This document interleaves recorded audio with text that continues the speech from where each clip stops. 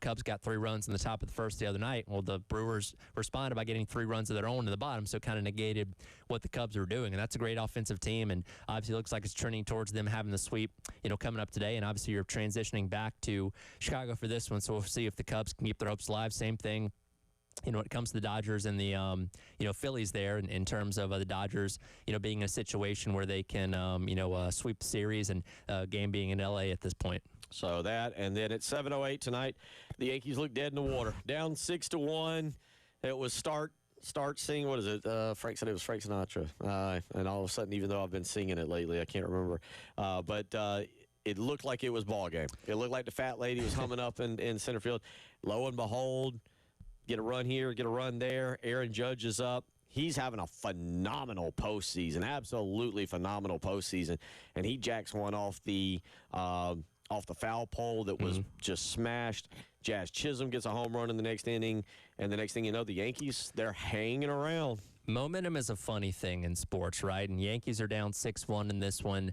Third baseman for the Blue Jays goes and chases a ball in shallow left that probably should have been the left fielder's ball at that point in time, but he was going after it and twisting around. Ends up dropping that. That allows a runner in scoring position. Next guy gets walked, and then Judge comes up there and hits the, at that point, game-tying, home run. And again, at that point in time, all the momentum had shifted over to the Yankees, and they were able to obviously pull away with a couple more runs to close things out there. And this gets really interesting because it looked like, with the way Toronto was scoring runs early on in this thing in the first 2 games, they were going to run away with this. But now you've got a 2-1 series. You're still in New York for game number 4. If the Yankees can get this one, who knows what happens in Game 5? Yeah, well, I think anything you get to a Game 5, look out. So that'll be at 7 o'clock tonight.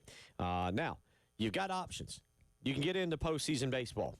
Fun, exciting postseason baseball. Or you can start tonight. Starts a run. 49, is it 49? 49 straight days. 49 straight days of college football. Let me introduce you to Missouri State and Middle Tennessee. Or, now this at least has a little intrigue. Maybe you want to check out, hey, what's Jamie Chadwell up to? Liberty and UTEP. Yeah, the battle of the 1-4s where somebody has to win this game. It probably won't be the prettiest game you've seen all year, but nevertheless, it's college football. And, you get into, Maction. We'll get some Fun Belt stuff coming up. So every day of the week from now until, I guess, right after Thanksgiving, you have football on every single day between college, obviously pros on, Mondays and Thursday nights. And, it's truly the best time of year. I'm so excited. Every sport is going to be going on here in the next couple of weeks when the NBA gets rolling. The hockey got rolling yesterday. So, I go back to October being the best sports month, and this is why. Liberty, I'll go back to this. Liberty's 1-4, as you just mentioned. I don't know if this is the end of the Jamie Chadwell love affair. It is worth maybe tuning in tonight to see kind of what he's up to and what's going on there. Because, for a long time, Jamie Chadwell was the next dude. He was the next up-and-coming guy. Obviously, when Shane Beamer was getting hired here at South Carolina, there was a lot of people clamoring for Jamie Chadwell, especially coming off of that COVID year where they were so good down at Coastal. But here's Jamie Chadwell now, and I wonder, is this kind of it? Is this where the kind of the star stops? Unfortunate to be 1-4 on a year when it looks like there's some job openings that maybe with a good year he would have been a prime candidate for. Yeah, it's one of those things that sometimes when you're a coach at that level, you got to kind of strike while the iron's hot, and you can't always wait for the job that you want to open. And now I think people are looking at this Liberty situation saying, okay, was he just benefiting from what Hugh Freeze had left behind, and now it's starting to tail off the more it's becoming his team as the years go by? Because after the 13-1 season 2 years ago, hot name, solid season a year ago, still a contender for a lot of jobs. But if he doesn't turn this season around, he might start disappearing from a lot of job boards. You would think Virginia Tech might have been a destination for him. Look, even like in Arkansas, I don't. Yeah, maybe. I mean, look, who knows what's gonna happen? Remember with those 4 jobs, when a butterfly flaps its wings in Blacksburg, or in Stillwater, or out in Los Angeles at UCLA. What ripples does it cause across the country? And so who knows what becomes open when maybe a particular job comes available. 803-404-6100. If you want to weigh in this afternoon, we'll come back. We'll get back into a little bit of South Carolina and LSU, kind of revisit what Shane Beamer had to say yesterday. As also, South Carolina loses a player in the transfer portal. I'm sure you know by now. We'll tell you about that. Michael Smith out the door and discuss kind of some ramifications. You're listening to the Halftime Show.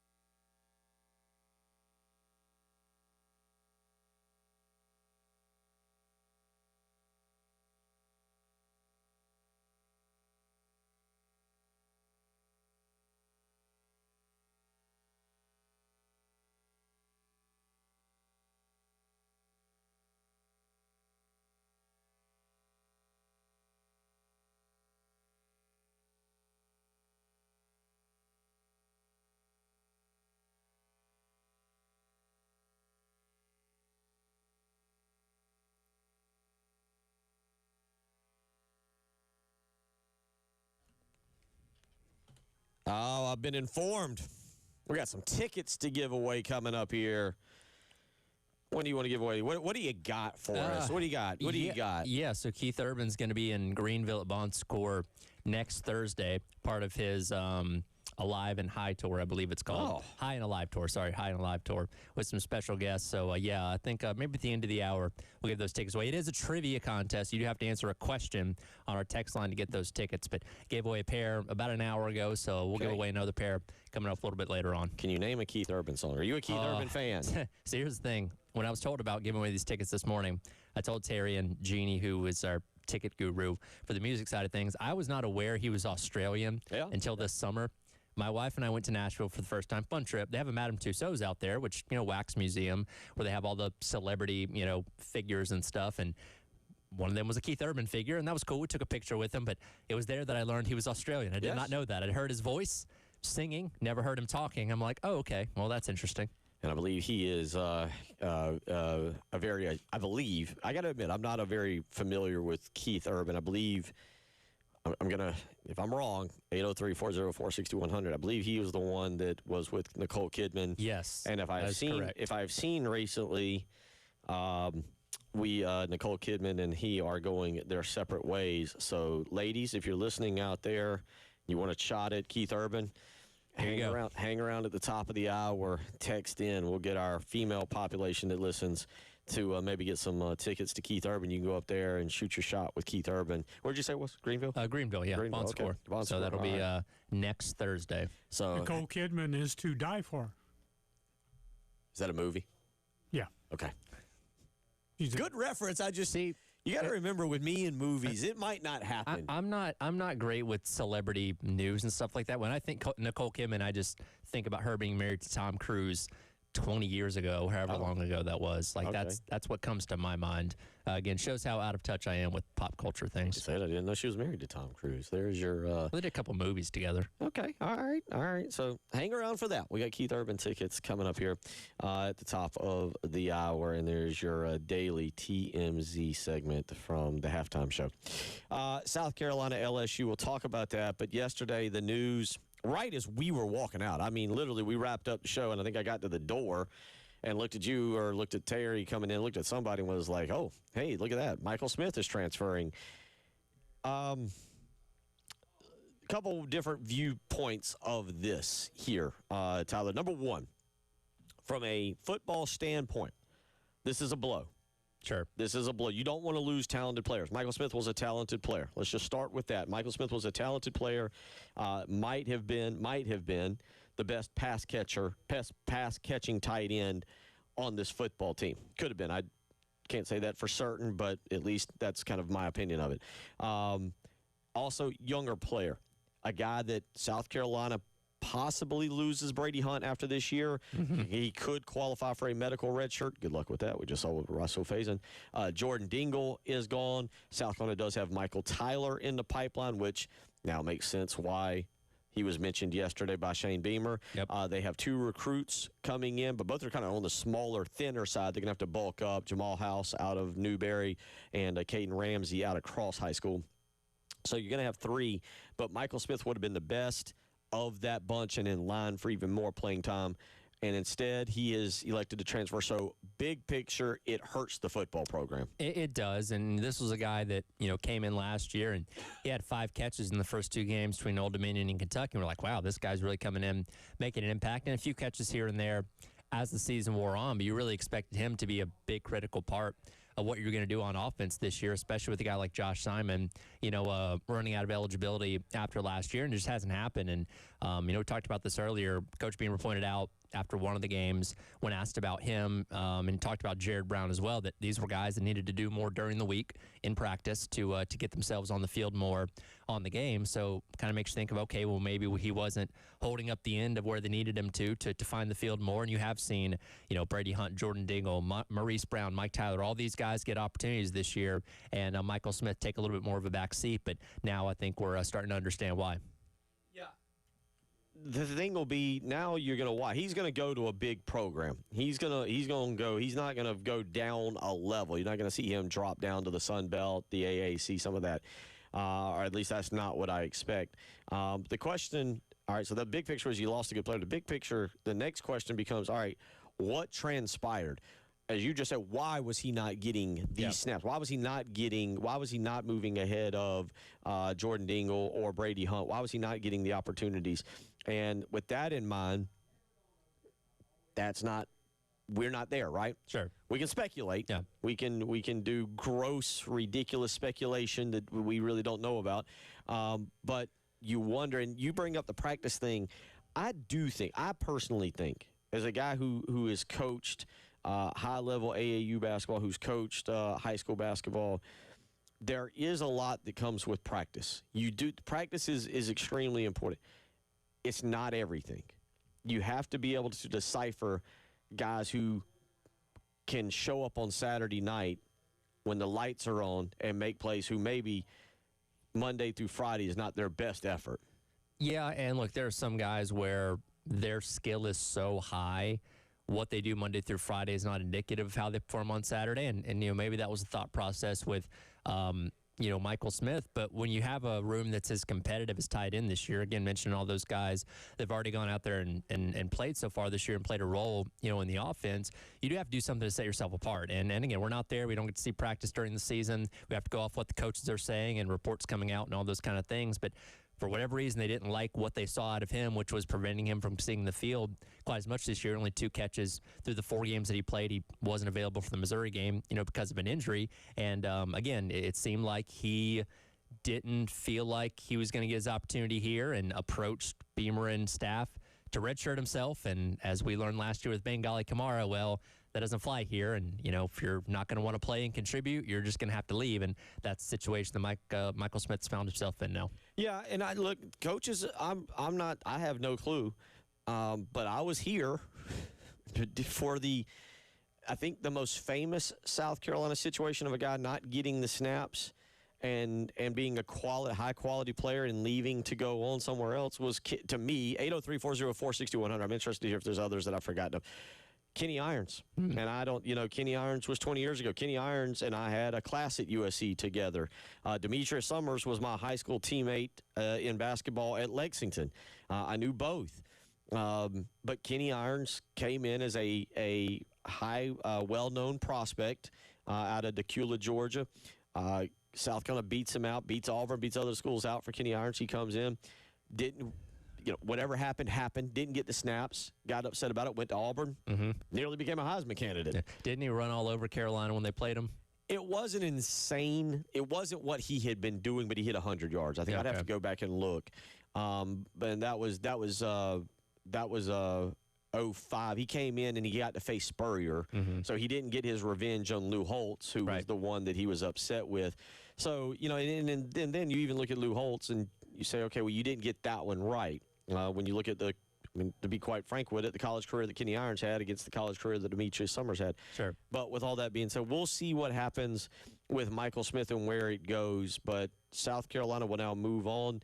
And again, to me, the big picture here is you lost a talented player, and you got to have talented players to win football games. Yeah, now this probably becomes a point, as you mentioned, losing possibly Brady Hunt and Jordan Dingle this upcoming offseason. This is probably an area that you have to trust in the portal once again, because the guy that you accounted for to be here for the next couple of years is not there anymore. And obviously you have a couple of freshmen coming in that you said do need some work in terms of, the build and the bulk and stuff like that. But getting a high-level contributor out of the portal at, tight end is probably going to be a must-need for this team this upcoming offseason. 803-404-6100. That's how you can weigh in this afternoon. Jacob weighs in. Now we're just naming players. Jarvis Giles flashed when he was on the field, but never played much. Yeah, we all remember Jarvis Giles. That was a wild, fun time back at the kind of the beginning of the Spurrier era. 803-404-6100. You're listening to Tyler Head, Captain David Dare. I'm Bill Gunner. It is the Halftime Show.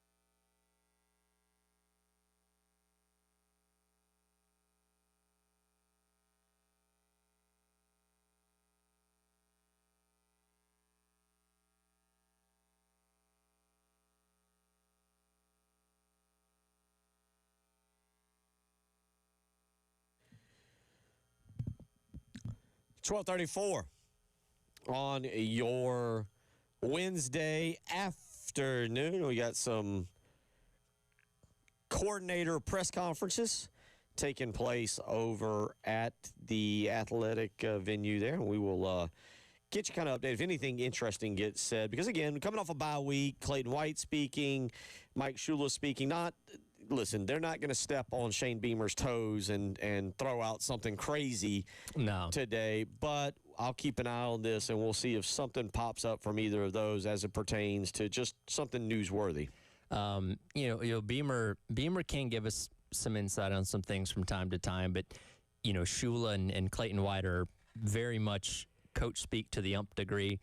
Dow Loggins is pretty good about kind of taking inside his head a little bit. Shula's not quite that same guy. There's nothing wrong with that. Again, a lot of coaches are like that, but I feel like we don't learn a ton of new things when we hear from Shula and White during the week typically. Yeah. I'm just looking. Mike Shula has spoke today. He was asked about the offensive line and are they progressing? And this is straight from Mike Shula. He says, "I think we're getting better. We need to get better. I don't think we'll ever be where we want to be with this group. The perfect game is still out there." And then he went on to say that it's been a lot of different groups, game by game, and it hasn't been pretty at times, but also they've done a good job of running the football and playing keep away.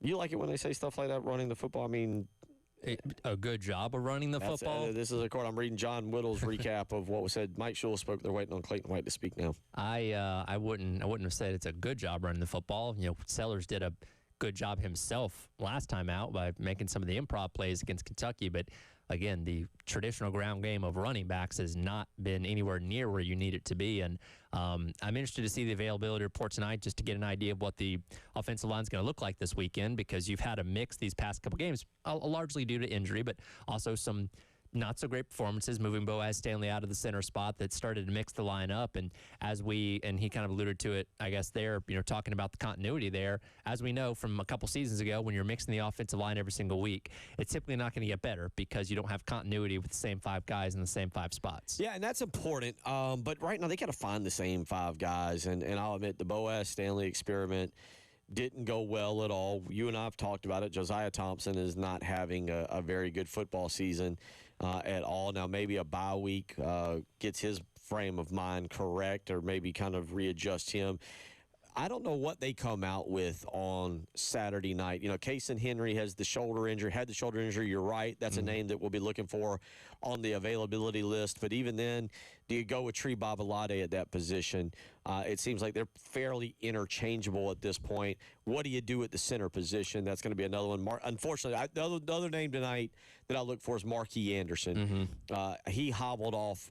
It didn't look good. It looked like sprained knee against Kentucky, but he came in. And also, when Marquis Anderson did come in there late in that game, it did seem to solidify that offensive line a little bit and was a part of. It wasn't a great running. Wasn't a great running game, but they did seem to pick it up just a tad. Well, and Marquis Anderson's a name we've been talking about for couple years now. Is he's got a really high upside, but he's obviously dealt with the injuries, and it seems like he's doing that again. That's preventing him from maybe living up to his fullest potential. And again, the offensive line, we talked about this last week, kind of discussing some numbers of the bye. You are what you are at this point in the season. You're not going to magically get better and suddenly become the best offensive line in the country down the final 7 games. It's about managing what you have and making the most of it. And again, you're struggling to run the ball. Does that mean you're going to throw more short passes and screens to kind of account for that run game and try and get something going? Maybe. Are you putting more in the hands of Sellers and trying to just make things happen with his feet? We'll have to see. But, your traditional, again, running back up the middle like Shula likes to do so much is just not clicking, and I don't expect that to start changing this weekend. I was going to ask, you say that's kind of the next question. We've talked offensive line, we've talked running backs. All right, here's Lenore Sills and everything. And it's not that Mike Shula's gotten a pass. He certainly hasn't received a pass this year. But when do you feel, is it this weekend? Is it next weekend with a home game? Like, when does this really maybe start to turn on him? Because the more I think about it, South Carolina had more to replace on offense than I think we've kind of given them credit for. Sure. I think we all looked at Lenora Sellers and was just kind of like, oh, well, he's back, so the offense is going to take a step forward. But you lost 3 interior offensive linemen. You lost a really, really good running back. You lost a really, really good tight end in Josh Simon. So that's 5 guys. We talk the number we always throw at the defense is Tyler, they lost 5 guys. Yeah. 5 draft picks. Well, the offense lost 5 guys, including a couple others. Yeah, absolutely. And you look at this stretch of games, again, LSU very good against the run themselves. You look at Oklahoma, or excuse me, not Oklahoma, but Alabama and Ole Miss coming up here in a couple weeks. And those are 2 teams that have been run on quite a bit this year. I mean, Alabama gave up 200-something yards on the ground to Georgia a couple weeks ago, 220 or 30 on the ground to FSU at the beginning of the season. So you have the ability against them. Ole Miss is giving up a lot of yards on the ground. So those are kind of the ones that I pinpoint as saying, okay, if you're going to have an opportunity to turn something around, it's against those teams. I don't expect anything to change this upcoming weekend, but again, you've gone up against teams like Kentucky that have given up a lot on the ground, couldn't really do anything against them from a traditional running back standpoint. So I do wonder because, and what the Kentucky game, when they kept running it up the middle, you started getting booed on those plays because they weren't amounting to anything. So I would ideally like to see you just try and be, I guess, more creative with what you're doing to at least try and get something else going, because what you've been trying to do with hammering it up the middle just hasn't worked and probably isn't going to work. Well, the question is what can you put in over essentially 10 days with 5 of those not having to even worry about preparing for an opponent, focusing entirely on yourself.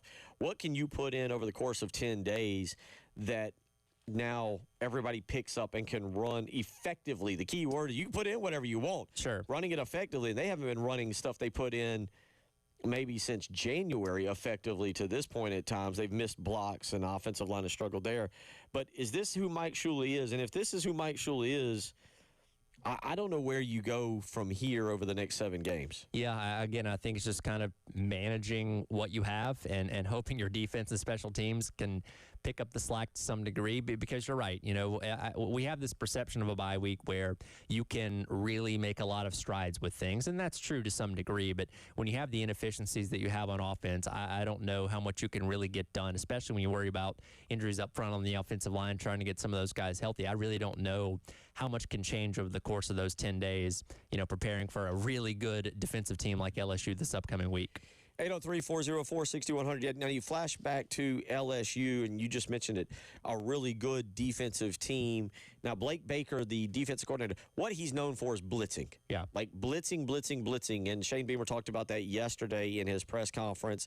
Blake Baker was doing that to South Carolina back in his Missouri days. That's the other thing. Blake Baker is familiar with South Carolina. Mm-hmm. He was at Missouri under Eli Drinkowitz. He's obviously new offense coordinator in Mike Shula, but he's familiar with him. But South Carolina's familiar with him and should have a little bit of an idea of how to handle the scheme he's going to throw at them. Yeah, again, a lot of familiarity there, and again, when you know what's coming, you prepare for it the best, obviously. But not knowing who you're going to have up front to go up against that really good front that LSU has is certainly concerning. And yeah, I think it's to the point where they know that they can attack an inefficiency when it comes to protection up front. So I imagine those blitzes are going to be plentiful coming up this weekend to essentially try and force Lenore Sellers to have to make some of those magical plays happen to get himself out of trouble, because, they know you can't run the ball against him, so they're going to force you to throw and obviously try and get Sellers to the ground before he can get the ball away. 803-404-6100. We'll come back. I am told by the one and only Captain Dave that, what did you say? Keith Urban is a phenomenal guitarist, maybe the best in the world ever. One of the greatest guitarists ever. Okay, so we'll give you an opportunity. Tyler will explain when we come back how you can go see a newly single Keith Urban and also one of the greatest guitarists in the world. We'll tell you how to win those tickets, and we'll wrap up hour number 1. You're listening to the Halftime Show.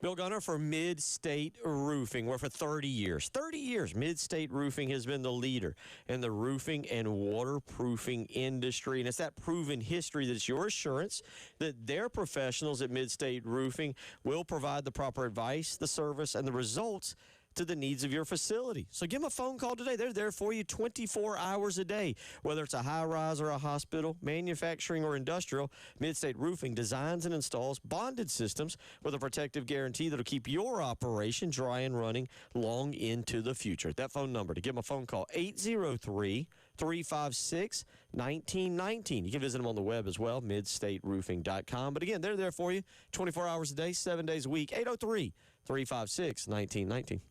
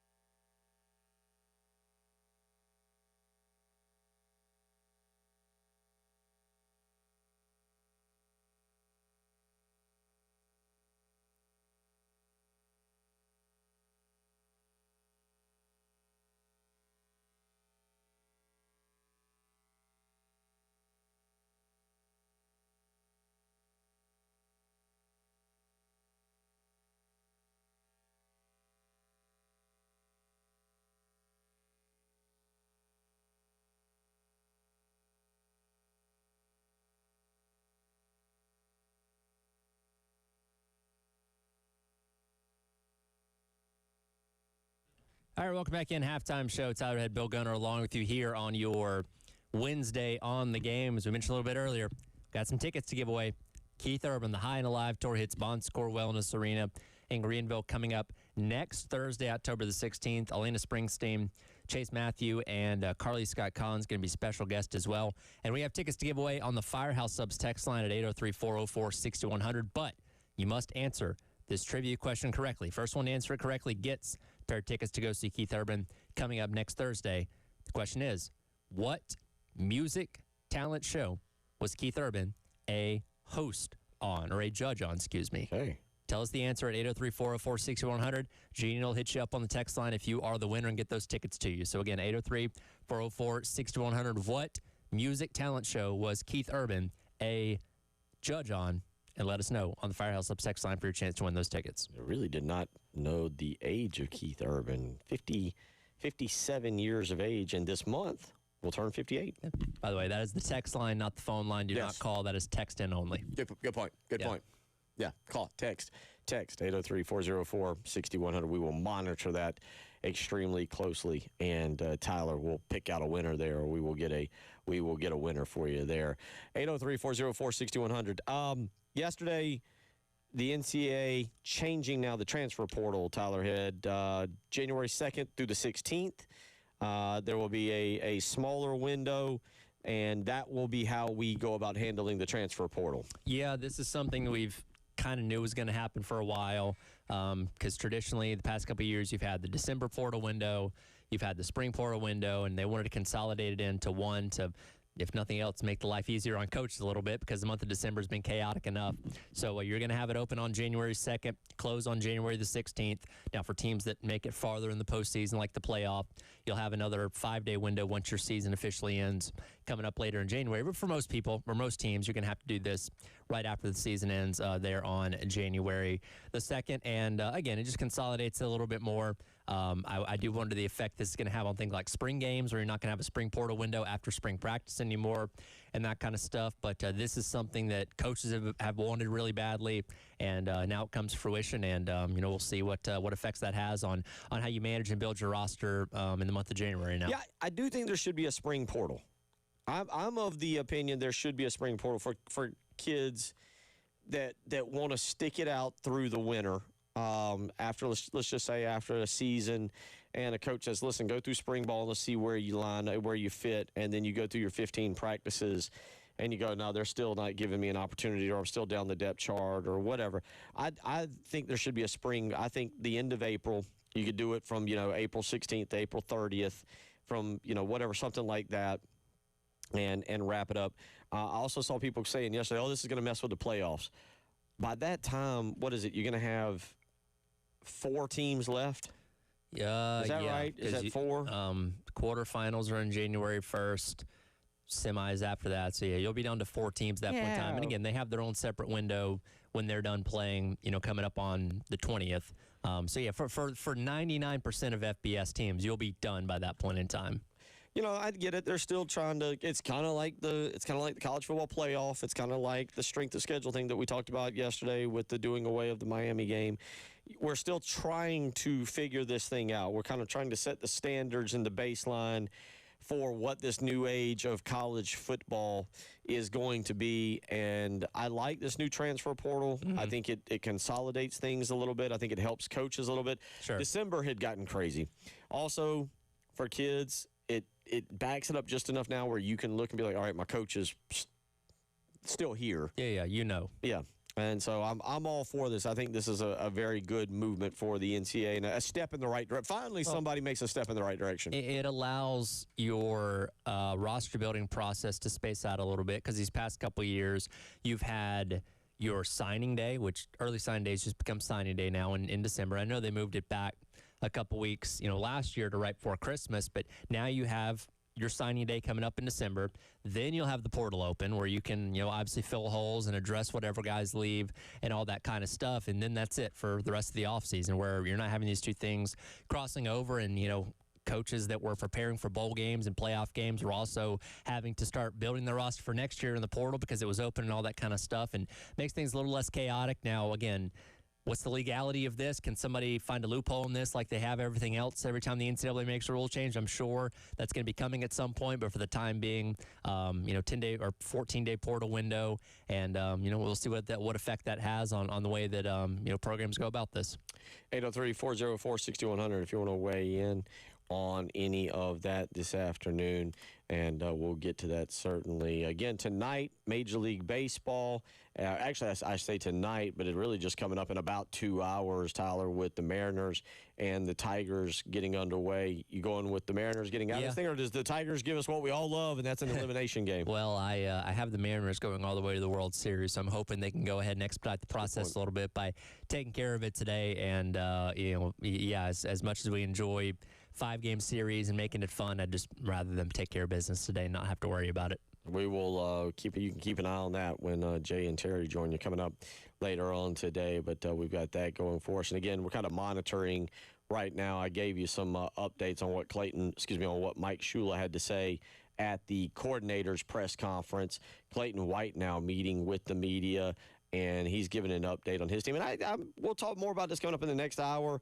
But I'm interested to see that's probably, and it's a big picture thing, I'm interested to see his defense this weekend and what strides they've made. Yeah, again, we saw a lot of good things out of them last time out, and minus the missed tackles, they did some good things against Missouri as well, and you're going to need that against a team like LSU. So we'll see. Coming up in the next hour, we're going to talk Gamecocks' greatest SEC road victories. I'm going to get your top ones, and I'm going to give you my list because they've only got one in Baton Rouge. Did that one make the list? We'll go over it. Hour 2 on the way.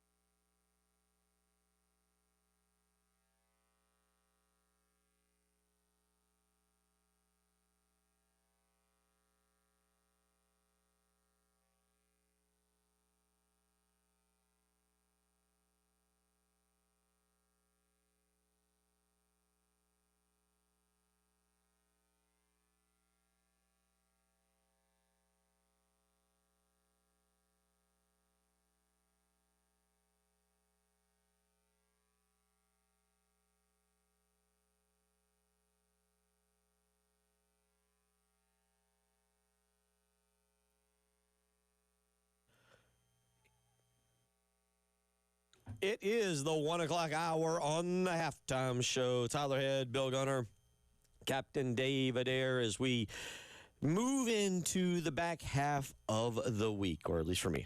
You deem it however you want to do it. I just can tell you how I view it. And at 1 o'clock, I feel like we're now officially into the back half of the week, Tyler Head. Yeah, technically speaking, 12 o'clock mark on Wednesday is the halfway point. So, yeah, we're on the downhill portion at this point. And we got some great sports to get us through coming up tonight. You mentioned it. The NHL's back in action. Yep.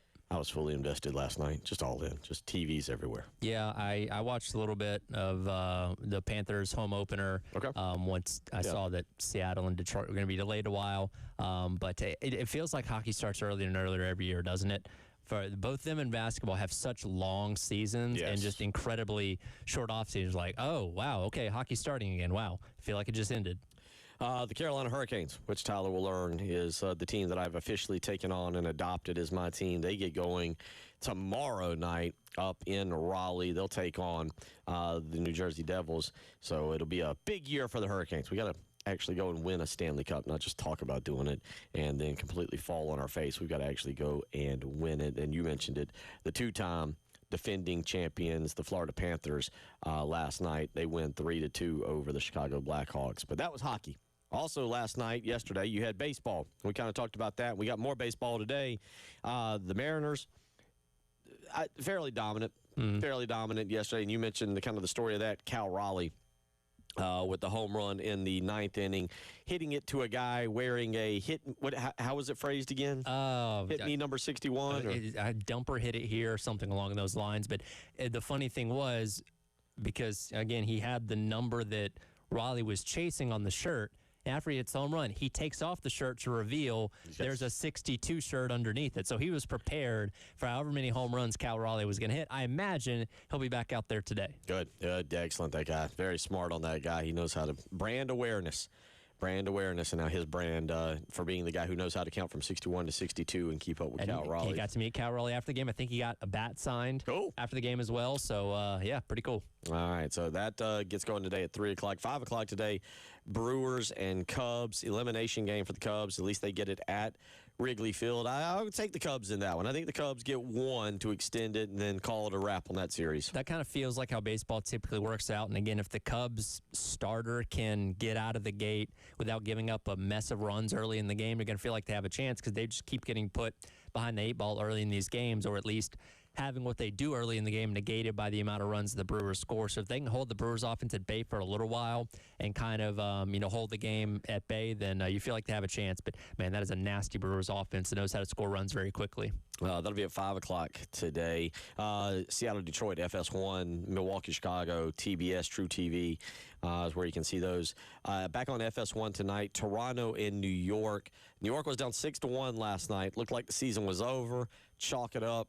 Get their fishing trips lined up. Instead, they rally. Aaron Judge with a big 3-run bomb to tie the game at 6. Jazz Chisholm hit a home run to go up 7-6, and the Yankees cruise in that one. And, Tyler, in my opinion, they either get blasted tonight. That was just a freak thing. Mm-hmm. Toronto kind of fell on its face. Either Toronto fell on its face, and that was a freak thing, and Toronto bounces back, or Toronto fell on its face and ain't getting up. And New York's about to take the next 2. Well, I think it's going to be very interesting to see what happens tonight with Cam Schlittler on the mound. Last time we saw him, obviously had that great performance against the Red Sox last week, or last week, when they played in the wild card series, because he went 8 innings, and none of the Yankees starters have gone more than 3 in this series so far. Because again, Toronto kind of jumps on him early in the game. So is he kind of the key to, again, much like the Chicago series against Milwaukee, holding that offense at bay, to allow it, put the Yankees in a position where they don't have to have some kind of crazy comeback like they did last night, because you can only muster up that magic so many times in the postseason. You're right about that. So that's at 7 o'clock tonight. 9 o'clock, I think the series ends for Philadelphia and the Dodgers. Dodgers up 2-0 in that series. Now they're back out in L.A., and I'll call for the Dodgers to win that. And I think, again, I'm sticking with it right now, and I hate to do it, but I've got the Dodgers and the Blue Jays in the World Series. You've got the Mariners and the Dodgers as well. So, yeah. And again, the Dodgers taking the first 2 games there in Philadelphia was obviously huge, because now you get them back in your park for game number 3. And I'm with you. I think this is going to be a situation where they take the thing tonight. And even if they do lose the game, you're still out there in LA for game number 4 coming up later on in the week and all that. So I think you're in a good spot here, and I like my predictions of the Dodgers and the Mariners right now. 803-404-6100. Again, the South Carolina football news yesterday. Michael Smith, sophomore tight end, transferring out, former 4-star recruit. The Gamecocks beat out Alabama, Auburn, several other high-profile programs, Florida State for him. We don't know. He hasn't spoke, and the coaches haven't spoke. But due to reporting from J.C. Sherbert and Harold McGranahan, from Chris Clark and Wes Mitchell, it appears there was a difference of opinion in playing time between Michael Smith and the coaching staff. He thought he should be getting more snaps ahead of the older guys. They were not pleased with his work ethic, I think is the proper way to say it. Maybe he needed to put in a little bit more during practice, and this is leading to a parting of the ways. Yeah, and again, are now in this new era with players having a lot of power themselves, and now having this 4-game redshirt rule where, again, he didn't play against Missouri because of a injury that we don't know a whole lot about. So he was in position to save that year of eligibility. And I'm assuming he's looking at the way things were going, saying, hey, I'm probably not going to be playing much down the stretch anyway, so why would I don't want to waste an extra year of eligibility by not contributing a whole lot. And again, he was on the team last year when Bengali Kamara was dismissed for kind of trying to do the same thing when it came to what we call self-shirting himself. So I don't know if he thought there was going to be a better conversation of, all right, you can stick around and, go in the portal at the end of the season or whatever it may be, or stick around and just be a redshirt guy and try and contribute more next year. Regardless, they couldn't agree on things, and obviously he's gone now. And again, this continues the trend of Shane Beamer, saying, hey, if you're not going to contribute to this program, you're not going to be a part of it, and good luck to you wherever you end up. But, we want guys here in the building that are going to be helping us out. We're going to circle back to that. Does a player have a right to make that decision, Tyler? Who has the right? The player or the coach? It's a great question. Obviously, both ends have power to some degree. Right. Coach has the ultimate power. Coach has the ultimate power, and coach is the one that is deciding how much you're being utilized. Again, with players' ability to enter themselves in the transfer portal, they do have the ability to do these kind of things themselves. So it's not completely one way or the other. I would lean more towards the coach because, again, he's the one that, or the coaches are the one that decide how much you're going to be on the field and how you factor in. But again, the players have more power than they've ever had before and are using this to whatever kind of advantage they can, though I think Michael Smith's now in a tough spot because he's basically kind of out on his own for the next couple months until the portal does open up and he can find a new home. But, he'll find a place. He's a good enough player, talented enough player to where he's not, going to be down at the FCS level. I'm sure he'll find a good landing spot, but, kind of has to navigate the next couple months and figure out what's next for him. Yeah, keep an eye. If it was... Well, if you tell me Hugh Freeze is back next year, I'll call it. I think he goes to Auburn, but we'll see. I'm not saying this isn't a Michael Smith South Carolina deal. I'm speaking big picture in broad terms with college football. I kind of side with the player on this. I kind of side with and this isn't just football either. Baseball, basketball. We're going to talk about a great softball commitment in just a second, but. If you don't feel you're playing enough, and that's, I think you have the right to redshirt. If you get that one redshirt, yeah. And if you want to transfer now, and I think the coach should have to abide by that. And then if the next year the coach doesn't play you, then you transfer, or you move, or maybe you transfer. I don't know if I like that the coach dictates your. I don't know how to phrase this because we're kind of spitballing here. Yeah, but. I don't know if I like how the coach can dictate your college career because in this case, the snap counts for Michael. And Michael Smith's a good player. Mm-hmm. Okay? Again, I don't know what he was putting in at practice. I'm not going to say that he was out there. For all I know, at practice, he was hanging out by the Gatorade machine and was always last on the sprints. And I have no idea. Okay, but I know like the Virginia Tech game. And here, let me backtrack for just a second. Mm-hmm. Michael Smith did not travel to Missouri. Right. Okay. Right. So he is eligible. He's only played in 4 games. He is eligible for his redshirt. That's why he did this. He is eligible for his redshirt. But the minute you step on the field, you've burned your redshirt. Yes. Hence, against Virginia Tech, he played a single snap, called a pass. It's a pretty good ratio of being effective when you're out there. But so you play that one snap. Well, now you've lost that game. So if they're only going to play you, if you think you're better, cool, that's you. And it's on you to prove that later. But if they're only going to play you 10 snaps each game and waste a year, and Lord knows, look at what we're seeing Rasul Faison fight for, Diego Pavia, for all these guys. I kind of have to side with him. I think it's... Or the player. I side with the player. I think you see both sides of it where the player has the ability to control their destiny, so to speak, when it comes to, hey, I want to preserve a year of eligibility. I want to essentially redshirt myself here. But at the same time, when you're doing this, especially at a place like Carolina where you've already seen the precedent set a year ago with Bengali Kamara, you also understand that you are risking the possibility of not being allowed to be a part of the team anymore and not having the resources available to you over the next couple of months until you can find that new home. So I do think it's a balance. Again, if you have that power and can control it yourself, then by all means go for it. But you also have to understand the risk that you're running by having this conversation and making this decision for yourself. Well, as a player, you have to accept if Shane Beamer says, listen, here's the issue, and you either have to go, I'm going to step it up. I believe everybody's entitled to an opinion. You say it's Bengali Kamara. This is honestly this is now the third time this has happened. Yeah.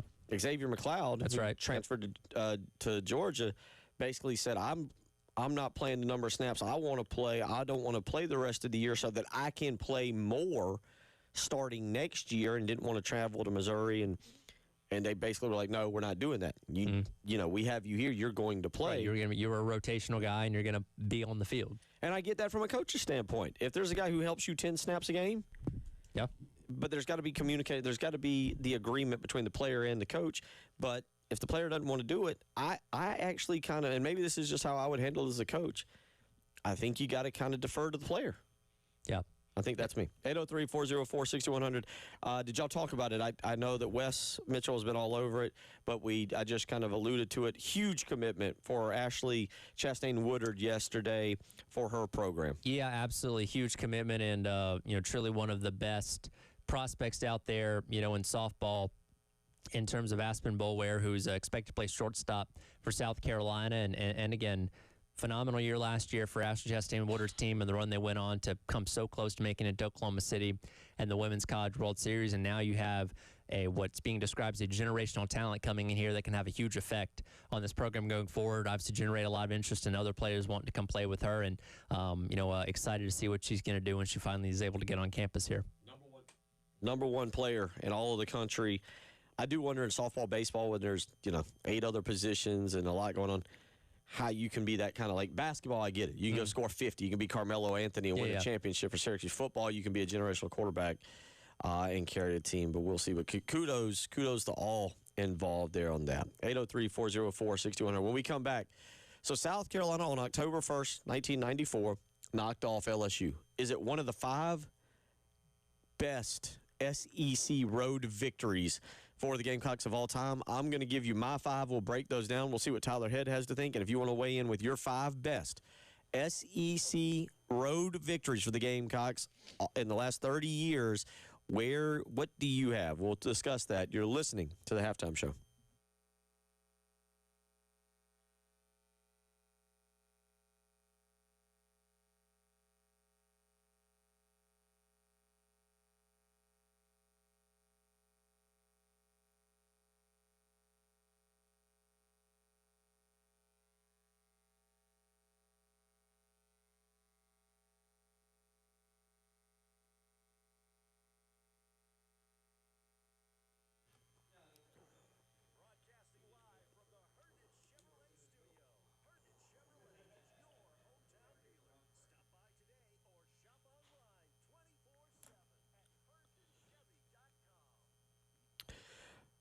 Bill Gunner for the mortgage guru, Jacob Crowder, and First Palmetto Bank. Those interest rates right now, they're kind of stabilizing. You're able to maybe take advantage of some things. And so as we head toward 2026, if you thought about refinancing your home, if you've thought about purchasing a brand new home, or maybe you're thinking about building a brand new home, today is the day. You need to call Jacob Crowder after this program, of course, but you need to call Jacob Crowder and see what he can do for you. He's the mortgage guru for a reason.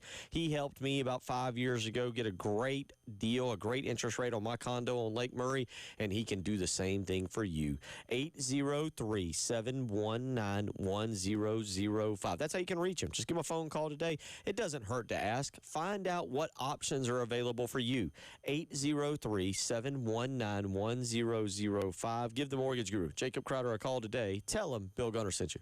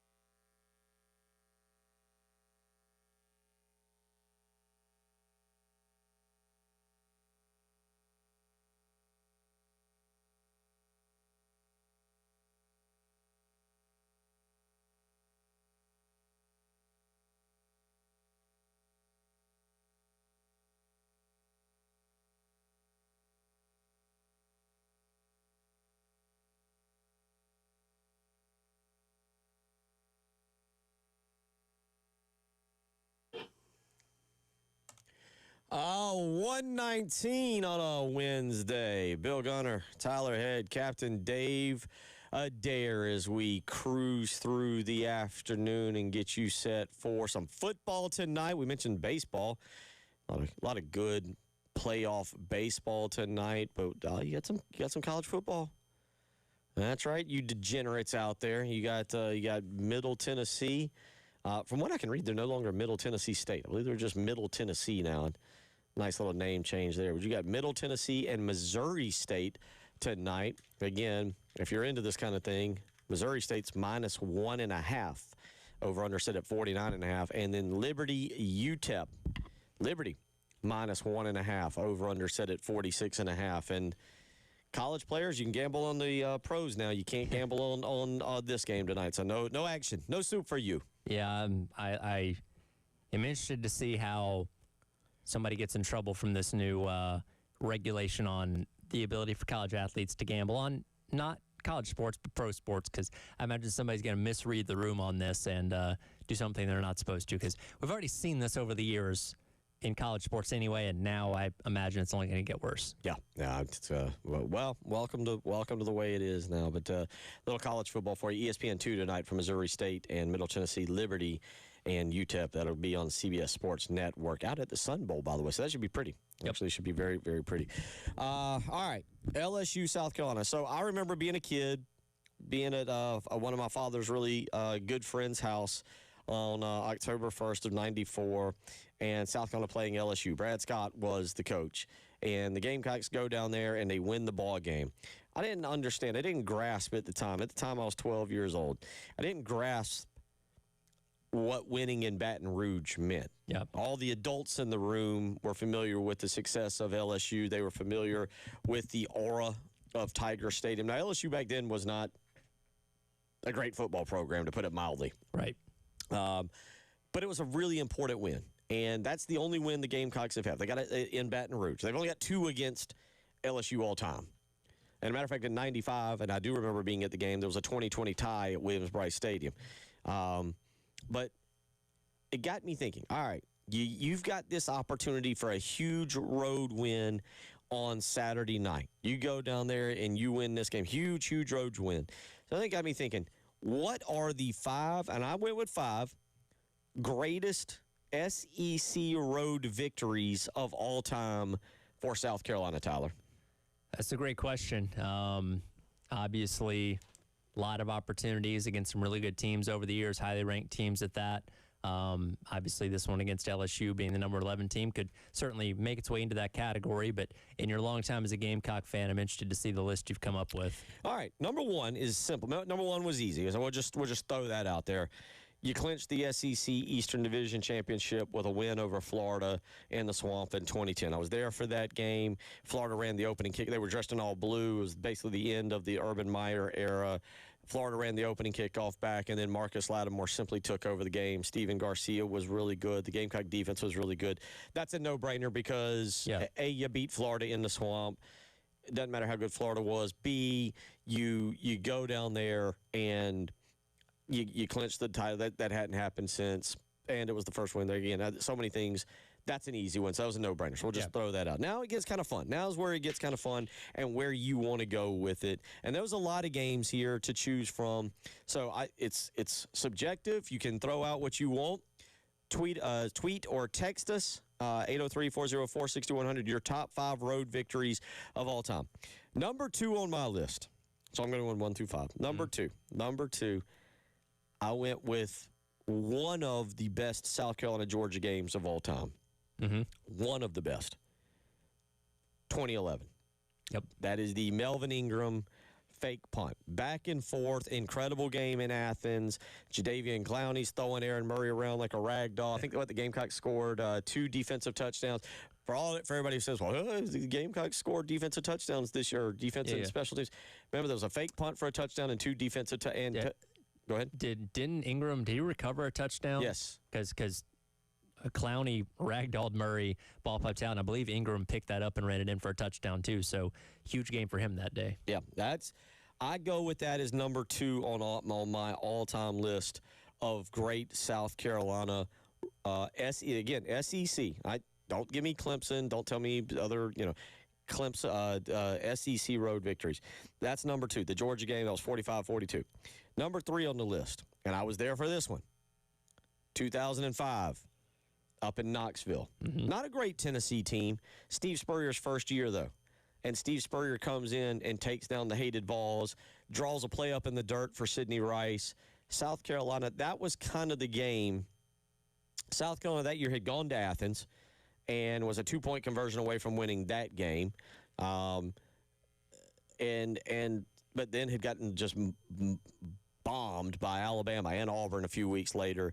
But the Gamecocks go to Knoxville 16-15. Josh Brown kicks a long field goal to win the ball game. Incredible. I was, again, wild experience. Remember going to the bars afterwards, and Tennessee fans are just like, that Spurrier, I hate him.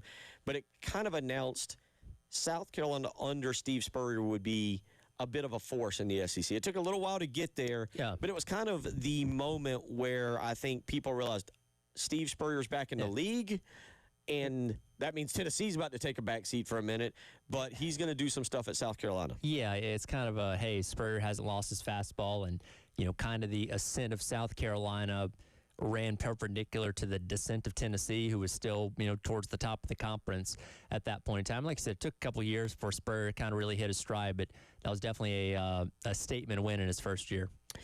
Number four. We should have done that thing. Number 4. Long time ago, before you were born.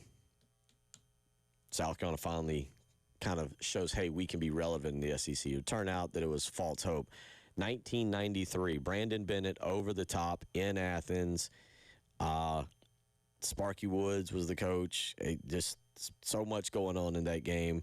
But South Carolina, they were coming off of the season. They were coming off of the 92 season in which they had started 0-5. They had rallied to win 5 of their last 6. They go to Athens, and Brandon Bennett goes over the top. I remember being, again, we mentioned this, you know where you are for these moments. You know, if you're a huge fan, you know where you are when Bennett went over the top. It was actually at the same house that I was at for the LSU game. But that was kind of while it turned out to be kind of fake and false hope, hey, South Carolina's in the SEC. Here we are. We are here to be somebody.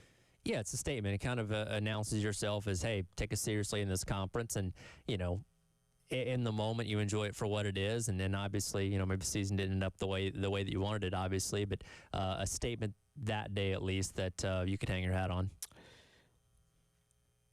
So, number 5 was tough. This is where it gets kind of fun. There's a lot of great games to choose from. There's a lot of good victories to choose from. A lot of people weighed in on Twitter with 2019 Georgia, but that was a fluke. I mean, I can't go with that one. 2019 was, Ryan Helinski gets injured, DeCarrion Joyner carries him. South Carolina was a 25-point underdog, but I couldn't come up with that one. I couldn't put that on the list. I mean, I see why people do, and given what Georgia was at that time, your season didn't really obviously end up being anything after that, obviously, but I don't fault you for thinking that it's a top 5 if you want to go that direction. Another really good one that could have made the list in 2001, South Carolina, the first football game on a Thursday night after 9/11. They go out to Mississippi State and win the ball game, but I chose not to go with that. That was hard. I really wanted to put that one in. That's the one that I on my list that I really was close to putting in. Okay. And then the reason I started this whole thing that I was going to put on the list until last night was the 94 LSU game. Instead, you know what I went with? Okay. Again, you were born, but you probably don't remember it. 2001, Phil Petty, Brian Scott in Athens, barn burner. ESPN was on the call. South Carolina goes into Georgia and pulls that one out in incredible fashion. Yeah, I've seen the highlights. I was about 5 years old at that time, so I don't have a memory of that game. That would have been David Green's first year as a starter, if I remember correctly. And obviously that was Rick's second year as the head coach. No, first year as head coach, excuse me. Yeah, but nonetheless, a huge victory for South Carolina. That was a phenomenal. I remember watching that one from my college house here in Columbia, and the Brian Scott play. I mean, again, Derek Watson, squeaky. Georgia goes down and scores to go up with about a minute left, and it looks like Georgia's going to have rallied and pulled one out in Athens, and it was a slobber knocker of a game. But it turns out Derek Watson runs a kickback. South Carolina gets down there. They're in position for the field goal. We're thinking they're going to kick the field goal. Petty throws for the end zone, and history was made, and an incredible picture that still goes down in South Carolina history. So I go my 5, and 803-404-6100 if you want to weigh in on yours. Top 5 SEC road victories for South Carolina of all time. Number 1, Florida in 2010. Number 2, Georgia in 2011. Number 3 on the list, Tennessee in 2005.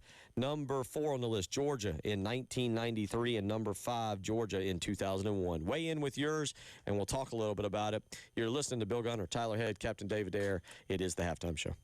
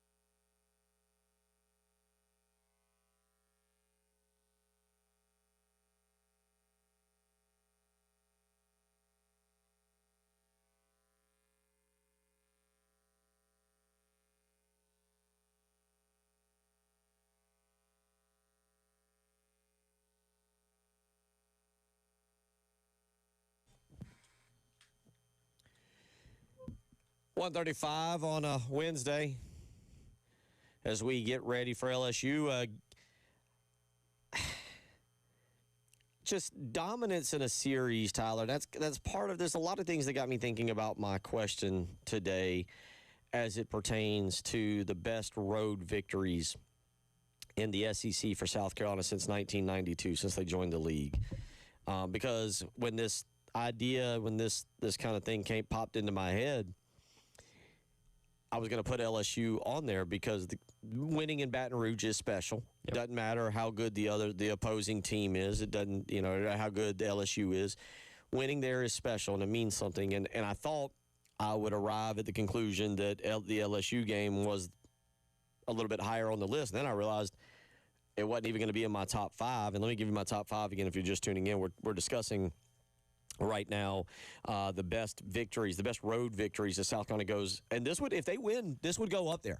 Yeah, it'd be huge. Again, number 11 LSU team, when you add in the elements of last year's game and what happened there, getting your revenge and doing it on the road would obviously be huge, and hopefully would provide the spark that you need for the second half of this year to be better than the first half was. Yeah, they'll find its way somewhere in that top 5 for sure. My top 5, the number 1 was easy. I think as Gamecast we could all agree. Best road victory was the 2010 SEC championship clinching game over Florida down in the Swamp, 36-14. But number 2, this is where it gets dicey, and you can go a lot of different ways, and I'm going to read some of these texts here, and we'll get to some of these. Number 2 on the list for me personally, was Georgia in 2011. And you remember that game, and that was number 1, it was 2 highly ranked teams. Sure. 2 top 12 teams in that ball game. That rivalry in 2011 was starting to really peak out. South Carolina had started to turn the tables on Georgia a little bit, going back to the 2009 game, the Lattimore game there in Columbia. Or excuse me, what was that? Was that the 10 game? In Columbia would have been 2010. Okay. Yeah. All right. Yeah. I might be a little off here on my years. I had it written down, and now I'm questioning myself on what I have exactly for years. You're right. 2010. So the 20, that had turned things around a little bit as it pertained to I think the rivalry. And then in 2011, you go over there and you have that incredible game. So I have that as number 2. Number 3, because of what I think the significance was going to Knoxville in 2005, Spurrier coming in. South Carolina was up and down that year. They'd had some nice moments, but they were kind of fighting there, kind of staggering along. And they go into Knoxville on that cold Saturday night, and South Carolina hangs tight. Spurrier draws up a ball play for Sidney Rice. Gamecocks get a touchdown. Then late in the game, Josh Brown kicks a field goal. And it just was kind of symbolic of, again, it took a little while for the train to get going down the tracks, but Spurrier is here and the SEC's back, and that was the game. So I put that as number 3. Yeah, it was a statement win against a team that was still towards the top of the conference at that point in time. Still obviously under Philip Fulmer, and kind of was a way of Spurrier announcing his reintroduction to the SEC. And obviously the best success would come years later, but that was obviously a pretty key mark in the inaugural season there. Number 4 on my list, because it kind of was, hey, we're finally in the SEC kind of moment, was 93 in Athens. Brandon Bennett goes over the top. Incredible victory. Of course, the Larry Munson call, the Bob Fulton call, those are historical calls of the end of that football game. The way all that played out, again, it didn't turn out to really push South Carolina over the edge of being in the SEC at the time. But on that particular day in 93, it was kind of like, all right, the Gamecocks here. They would go to lose a 18-17 game in Fayetteville to Arkansas the next weekend. But that particular game, that's why I've got that on my list as number 4. I kind of debated that, and I know you weren't born at the time, and I was just an 11-year-old, little Bill Gunner running around. But I know the significance of that game, and we know the significance of the call there with, again, Munson and Fulton. Yeah, the silence on the call from Munson's end of it. I've seen the highlight many times, and obviously for that being so early in South Carolina's tenure in the SEC, what that obviously meant to go into a place like that and pick up that win.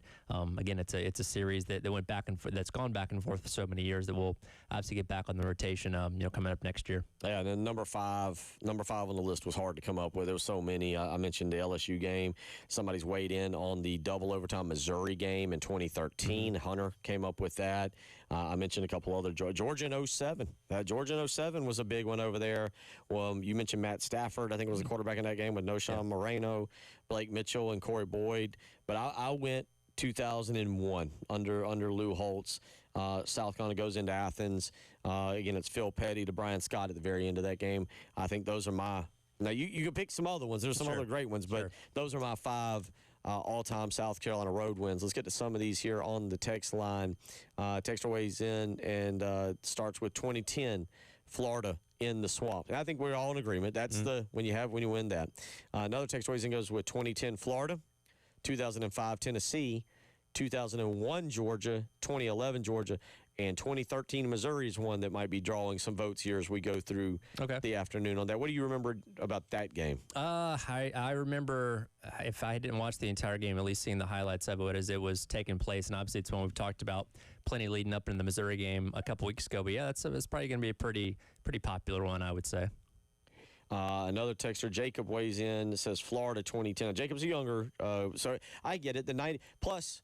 Tyler, here's the thing. After that Georgia win in 90, or excuse me, after that LSU win in 94, there ain't a whole lot to go to. Yeah, no, for sure. They fall off the map. The victories fall off the map. Yeah. Very, very quickly. But Jacob goes with 2010 Florida, 2005 Tennessee, 2011 Georgia, Missouri gets another vote in 2013, and Georgia in 2001. And that Missouri game again is great. I don't know if it has the same kind of impact and appeal because another texter said basically any victories on the road over Florida, Tennessee, or Georgia. Yeah. Now the Missouri, obviously that was one of the best Missouri teams we've seen in the SEC that would obviously go on to play for the conference championship that year. So significance in terms of how good that team was and what they ended up being. And obviously, Carolina didn't quite get its opportunity to capitalize on how good that season was to make it back to another SEC championship, but still a big win there nonetheless. Brent weighs in and goes with another victory over Florida. Yeah, I get it. That was, but he says the 2014 overtime comeback in the swamp. That is the famous blocked punt, or that is and that was the game. That was the Muschamp gets fired after the game. Right. Game. But yeah, Dylan Thompson did the handoff to I believe Mike Davis, and old Crazy Legs Thompson was not on the scouting report for Florida to keep the football, and he coasted in. But I'm with you. I'm with a lot of people. Now, mind you, it's not like South Carolina has a lot of victories over Tennessee and Knoxville. Sure. They only got 2 over Florida in Gainesville, and they got a couple there in Georgia. That one's been kind of back and forth. It'd be nice to see the Bulldogs back on the schedule next year, by the way. Yeah, absolutely. 803-404-6100. You can continue to weigh in on any of those this afternoon. We'll come back. We'll wrap up hour number 2. You're listening to the Halftime Show.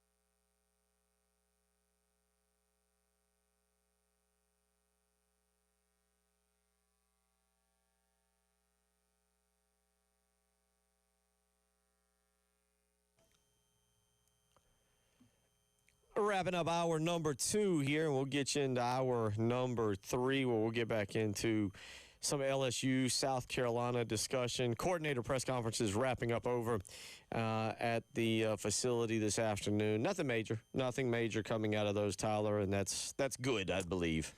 Yeah, again, we're just waiting to see hopefully some differences of things on the field this upcoming weekend. And again, Clayton White and Mike Shirley don't exactly give us a ton of insight into what exactly is happening and all that kind of stuff. Beamer didn't really give us a ton of new, insightful things yesterday either. So we're just hoping it looks better on the field on Saturday, and you can go in and get a win that, as you mentioned, could make its way into your top 5 road wins of all time if you're able to go in there and pick up the win against LSU. I think that would be quite big. Looking around the world of college football, it's going to be another really good weekend, and I guess, Tyler, it technically gets started again tonight. Middle Tennessee hosting Missouri State and UTEP hosting Liberty.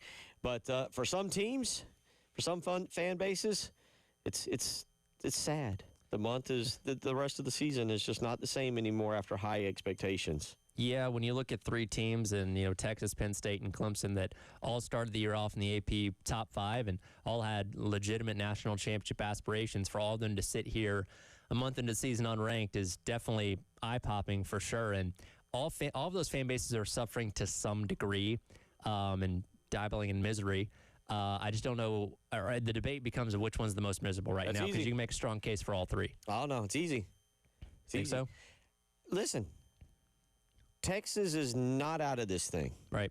Okay? 2 losses in this day and age does not eliminate you yet. Now, that doesn't mean you can't be objective and look at your football team and be like, I don't see how we're getting through the rest of the season unscathed. I get that. Like, if we're talking about that with South Carolina, right? Sure. Like, South Carolina, everything is still on the table. Yep. What, do I think they go 7-0? No, wouldn't dare risk spinning the wheel of agony on it, or whatever we're going to call it. But the point being is everything's in front. So if you're a Texas fan, if you're a Penn State fan, I think you kind of look at it and you're like, all right, this stinks, but we still got a chance. Yep.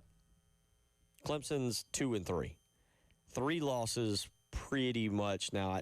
3 losses we now know. As a South Carolina fan from last year, we know 3 losses put you right on the doorstep, and you better have some things fall your way. Well, and basically, it's out of your hands now. Yeah, and having 2 of those losses come in conference play when it looks like the way Miami's playing, they may enter the conference championship undefeated, and Virginia, Duke, Georgia Tech, whoever ends up, maybe being that other team, may only have 1 conference loss to speak of at that point in time. So you're having to dig yourself out of a hole, and look, the ACC may be a 1-bid league for all we know. We're winning the conference championship is your only way in, which is how Clemson got in a year ago, and that looks like it's further and further away. And I will say, I said this earlier, I think you also have the built-in fact, because, look, Sark and James Franklin have owned up to what's going on with their teams and whether or not where they need to be, but, they haven't pushed back quite the way that Dabo has, where it's kind of been the reiterating of, hey, look what I've done for you and all we've accomplished over the years. Yeah, this isn't great, but all this kind of stuff, to where you have almost this reluctance to admit to what's wrong right now from Dabo Swinney that you're not seeing out of Sark and James Franklin, which I think can add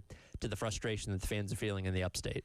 Yeah, well, but also Franklin and Sarkisian have not achieved what Dabo has. That is true. If Sarkisian's holding a national championship, if Franklin's holding a national championship, or let alone a Big Ten championship, maybe he's trying to brag about that. I was listening to a national podcast the other day, and it was talking about the most annoying thing with James Franklin is because of this 12-team playoff, how he's able to pretty much walk around campus and go, hey, I got us into the college football playoff. You guys wanted to take a step forward. Yes. Look at what I did for us last year. We were in the college football playoff. And, whether he's going to stick by that again, he's a guy that I think you keep an eye on in the offseason if a big job were to open. Is he willing to go for a new beginning, for a new start? Because it does feel like it's staled out up there. But, again, the 2 losses – and with their schedule and Texas's schedule, you run the table, you're fine. You're in the college football playoff, even if you don't make your conference championship. Yeah, again, you're still live to some degree there. And, I have seen people throw out there the possibility of Franklin going to an Arkansas or something like that, coming back to the SEC. And, again, it's not that Penn State's in a bad place right now. Thinking all the goals still in front of them. But, man, that loss this past weekend, very tough one to swallow. And now you have to be perfect down the stretch, which would include beating a top 10 Indiana and a top 10 Ohio State coming up here in a couple weeks, which, given his track record, you probably don't have much belief he's going to be able to do that either. No, that's a good point. I mean, that's what I'm saying. Like, I'm not saying that you can't be objective and look at your team and be like, yeah, we're not going to do that. Yeah. I mean, that's just, I mean, look, South Carolina, it's a gauntlet. It's a gauntlet. Yeah. And you can't expect them. You hope, you cross your fingers and you hope, but asking them to run these next 5 games out and get, the bye week in between Mississippi and A&M, it's almost asking the impossible. And there's no shame in losing a game in that stretch. And we can say the same thing. Oklahoma's got to do something similar. You got other teams that have got to do something. There's no shame in losing a football game. The problem is for South Carolina, as you just mentioned, like with a Penn State having to get through Indiana and Ohio State, you lose, and that's probably going to doom you. It'll be. I will say this: it should doom Penn State. Yeah, it should doom Texas. I'll give Texas a pass with 3 losses. You know why? One of them's an out-of-conference, non-conference loss where you went on the road and you tested yourself against the number 1 team in the country. I'm willing to scratch that out. I'll give if you were to say, well, all right, who has the best chance, Texas, Penn State, or Clemson of a 3-loss team getting in? It would be Texas and then Clemson and then Penn State in that order, because Clemson also challenged themselves with a loss to LSU. But it would be Texas would be the one. Again, Texas has got to lose.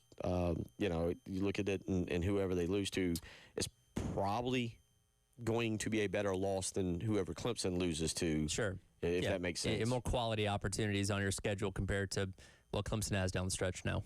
So a little discussion there. Again, we'll get back into some Gamecock football talk, and we'll give you the schedule. If you're not prepared for it, we'll make sure you start to know what the schedule is for the weekend on the college football slate and talk about some of these big games. Hour 3 on the way. It is the halftime show.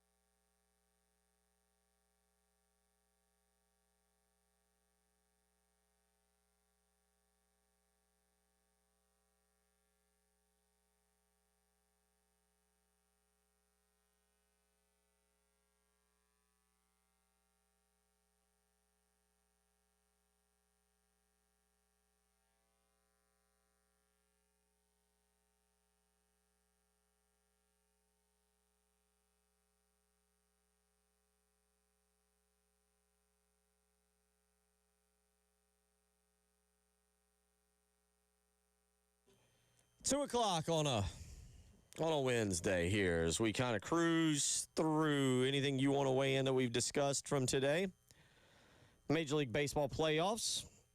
If you've got an opinion on those, maybe you got a rooting interest, maybe you got a rooting against interest. Maybe you're one of those people out there that's like, the Yankees have to lose. Whatever it takes. Yeah, very similar to the Cowboys, the Lakers, Alabama at the height of their dynasty. Those teams that are seen as the face of the sport, very easy to root against. And I really don't care either way, but I imagine if you had to poll most people watching the postseason, most of them would probably be cheering against the Yankees outside of those living in New York, I guess. 803-404-6100, just yes or no. I'll know what you're referring to. Are you watching the Major League Baseball postseason? I'm actually interested to know this. Now, I know there are other teams in there. There are Yankees fans that are listening. There are Cubs fans that are listening. I'm sure somebody out there is a Brewers fan. I'm sure somebody is a Mariners or Tigers fan, Dodgers or Phillies fan. But if the Braves aren't in it, or you said it, you're kind of learning a new way of watching Major League Baseball, the playoffs this year. Yeah, I feel like I've enjoyed it a lot more because my team hasn't been in it for the first time in over a decade. So you don't have that like sourness of, okay, the Padres eliminated them last year, so now you're kind of rooting against the Padres, or maybe you're rooting for the Padres because you want to say, well, hey, at least the team that eliminated mine, we ended up going all the way and winning the whole thing. You just kind of have an element of sitting back and enjoying it, which I've been able to do, and it's been nice. And again, very competitive games, very fun games for the most part through the first couple of rounds here. And for the first time in a long time, it's kind of almost a no stress way of watching the postseason. I don't care who wins. Obviously, I have the teams that I'm picking for the World Series that I'd like to see get there. But I'm just enjoying it for what it is. Kevin weighs in and says, no, I wouldn't, even if the Braves were in it.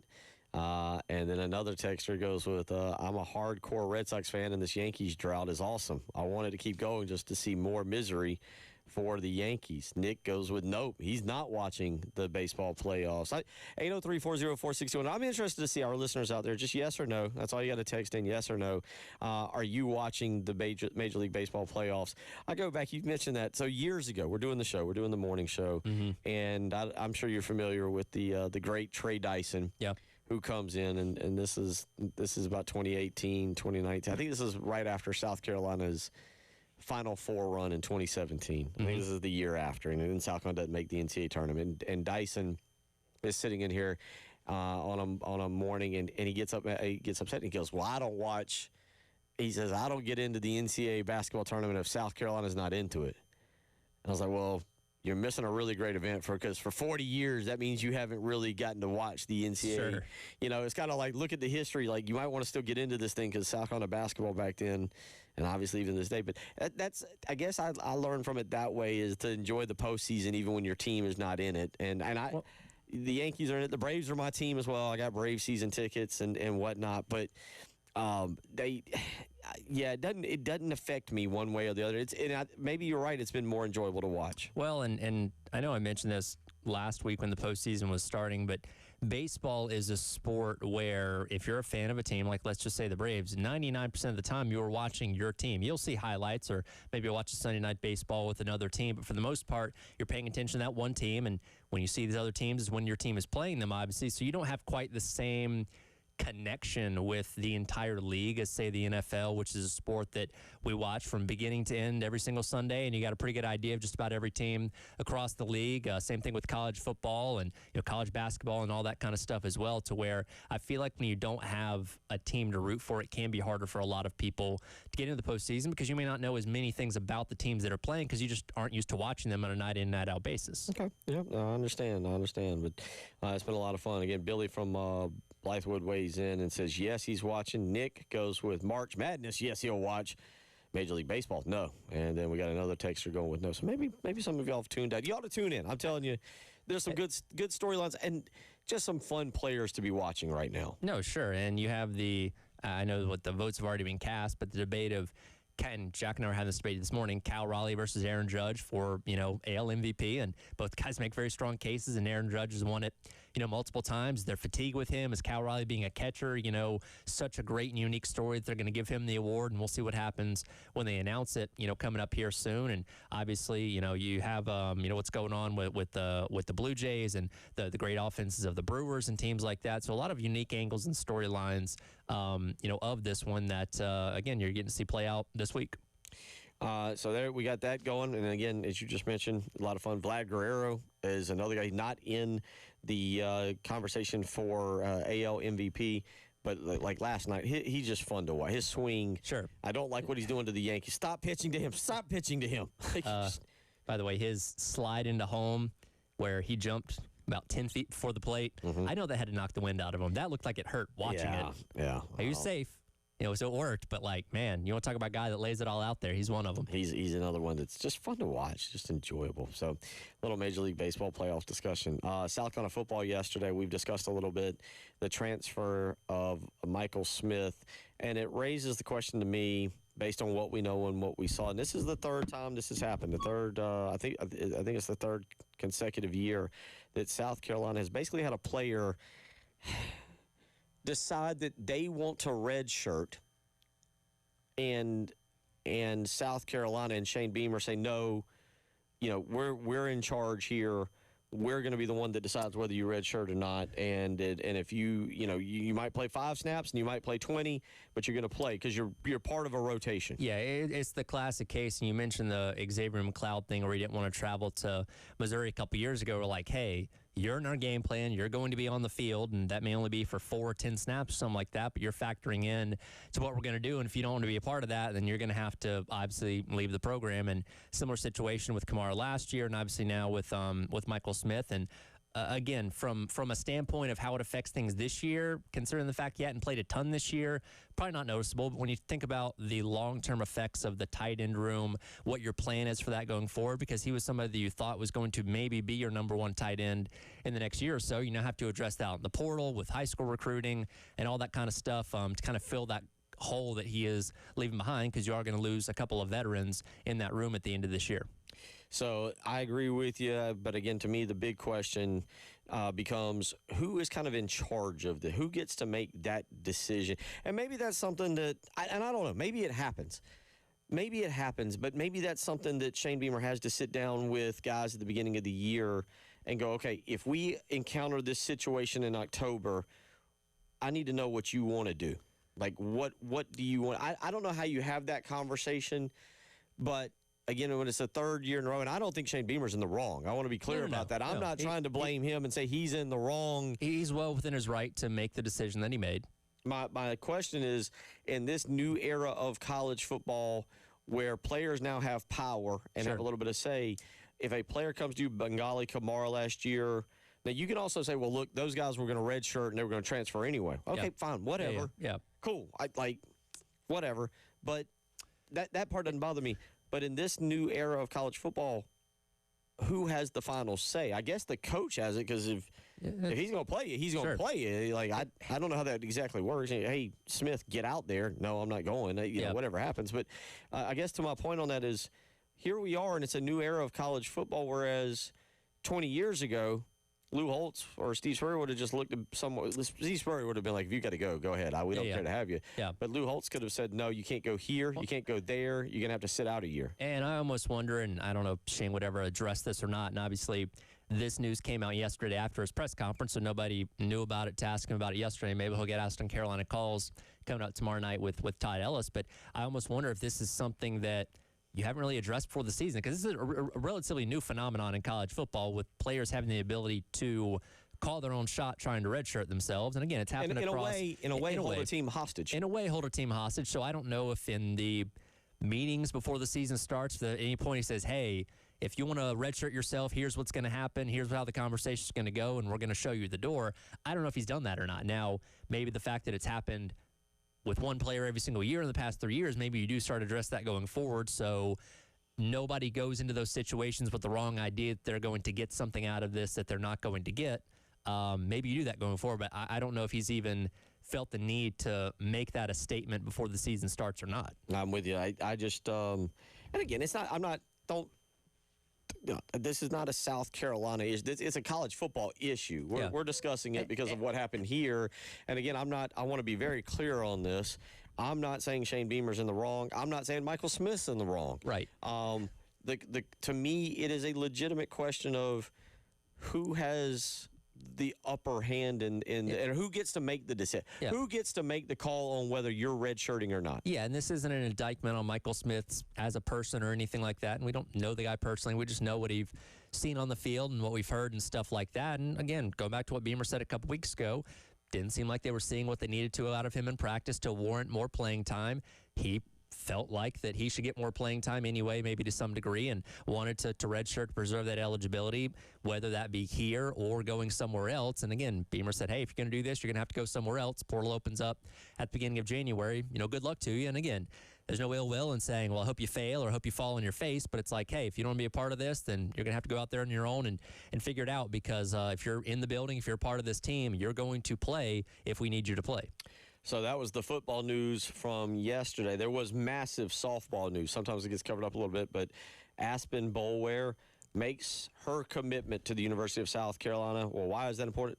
She is the #1 overall player, regardless of position. She's the #1 overall player in the class for this upcoming class, the 2026 class, or 2026 class for women's softball. And just the fact that Dawn Staley comes home, they beat out Florida State, which is where her father played football. Which Boulware is her father? Is it Michael? Is it Peter? I think it's Peter. It's one of them. I can't remember which one, but she's of that family. Yeah, good news for Aspen. Around here, you've created your own name. We don't know who. We can't remember who your father is. It's one of those Boulware. Whatever. We're more worried about you, Aspen. We're happy for you. And I know she was a pitcher, but I pointed this out earlier. Nigeri Kennedy, the transfer from Stanford that went to Texas Tech, that really was a big part of them making it all the way to the national championship series against Texas this year. One player can have that kind of effect on softball. Again, Kennedy was pitching, so a little bit different than somebody playing shortstop, but having what's described as a generational type of talent on your team can really go a long way, and this also can generate interest for other girls wanting to come play with her here. Yeah. Via high school recruiting or coming out of the transfer portal, like, hey, she's a superstar, we're going to go play with her, let's go build something. And again, Ashley Chastain and Woodard was already ahead of schedule with how deep they went this year, and you're seeing what the effects of that is by having high-level players like that wanting to come and be a part of what's happening here at South Carolina. One that could have very easily gone and played for Oklahoma, giving her relationship with Patty Gasto and all that with the dynasty out there. So pretty significant that she wanted to come here and play for Coach Chastain Woodard. So we got all that going on this afternoon. We'll come back. We'll get into a little bit of big picture on the college football scene for the upcoming weekend. Tyler and I will go through some games and start to preview some of those. We'll talk a little bit about South Carolina LSU as well. If you want to weigh in, 803-404-6100. Brian weighs in and says, Braves fan here. I love the postseason to cheer against the Phillies or the Yankees. One of them are usually in it. I will say I am cheering against the Phillies, so that helps out. You're listening to the Halftime Show.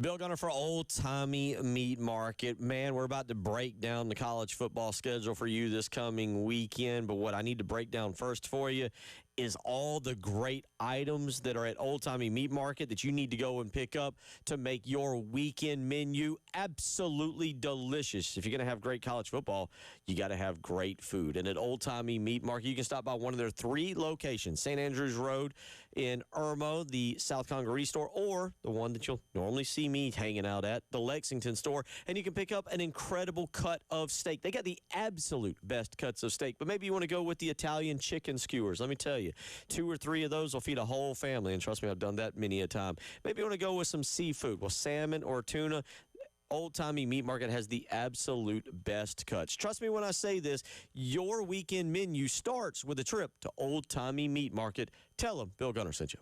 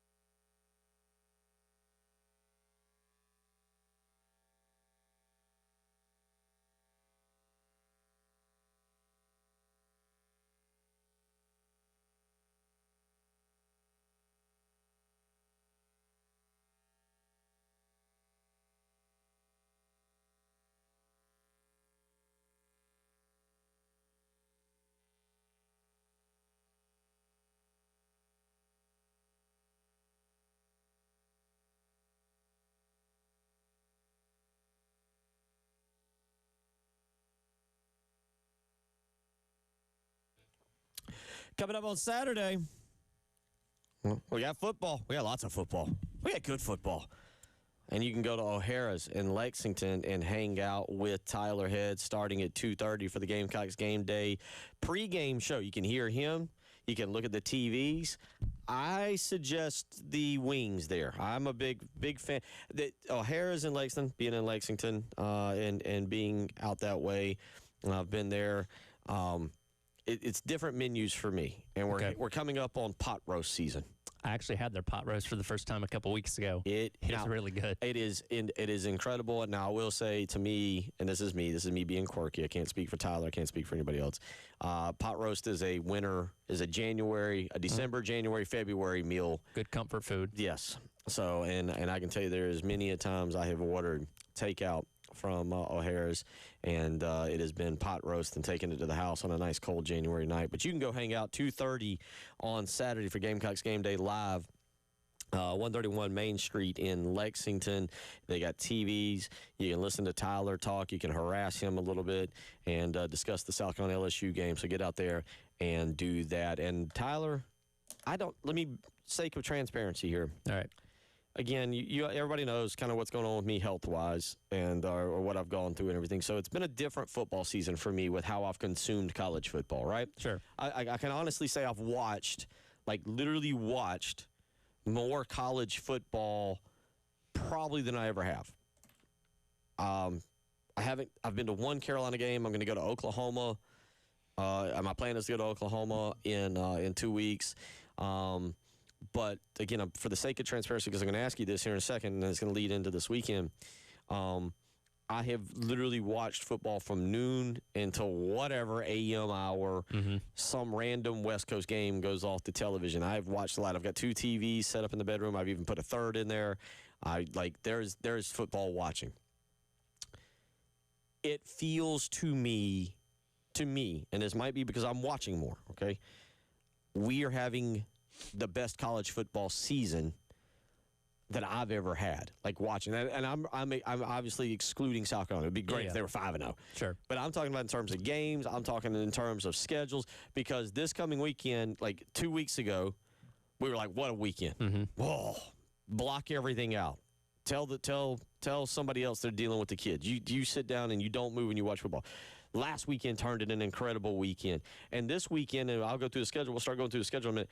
It's another one where you're kind of like, man, get everything you need to get done during the day. And by 11 o'clock, start prepping the food, because at noon, it's time to be on the couch, because I got a couple of good nooners here for you that you need to tune into. Yeah, I think week number 1 set the tone really high with what many believe is the greatest week 1 in college football history, with some high-profile games that ended up being really, really good there. And pretty much every week since, we've had good games, even on the weekends where the schedule looked a little bit bleak. Like this past weekend, you had some real surprises with UCLA and Florida, picking up their wins. So even on the down weekends, you end up getting something that keeps you glued to the TV. And, yeah, now that pretty much everybody's out of non-conference play and it's actual conference games going on a week-in and week-out basis for the next month and a half, you're going to get some huge matchups going on pretty much each and every weekend. Indiana and Oregon this weekend, Ohio State and Illinois, Alabama and Missouri. Like, it's just going to be nonstop, to where whether it be the quad box or the multi-TV setup, you're going to have your eyes kind of split to a bunch of different things to kind of take it all in for what should be another fun weekend of college football. Now, let's go through some of these real quick here. And you just mentioned the nooners.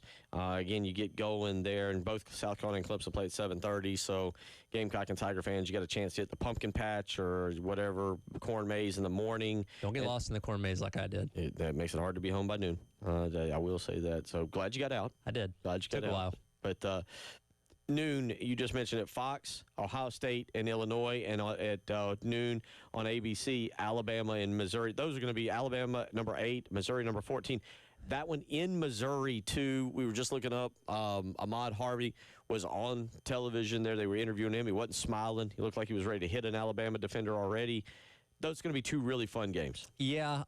Again, we've gotten an up-close view of Missouri and probably respect them more than I think a lot of people around the country do, because they probably haven't seen them play a whole lot. But this is their opportunity to obviously make a big statement. We're talking about Alabama looking like one of the best teams in the country, but this seems like a game that Missouri can really give them challenges. And again, we saw what Carolina did, struggling to bring down not only Ahmad Hardy, but their other tailback as well. And I'm interested to see this Alabama defense, which, has had its issues at times this year, particularly at the beginning of the season, how they play, and if they can stay disciplined against that ground attack that Missouri's going to bring to the table. I think it's going to be fun. I know Alabama kind of stomped them last year. This was the game that Drinkwitz said, well, if I had my quarterback, it'd be a different story. And, that was, Brady Cook was out. Drew Pine was playing at that point in time. But he's got a pretty legit team this year, and I haven't made my pick quite yet. I might lean towards Missouri in this one. At home, Alabama -2.5 in that game. Ohio State, Illinois, any chance Ohio State's on upset alert, or are we still stuck? Even though Illinois bounced back and beat Southern Cal,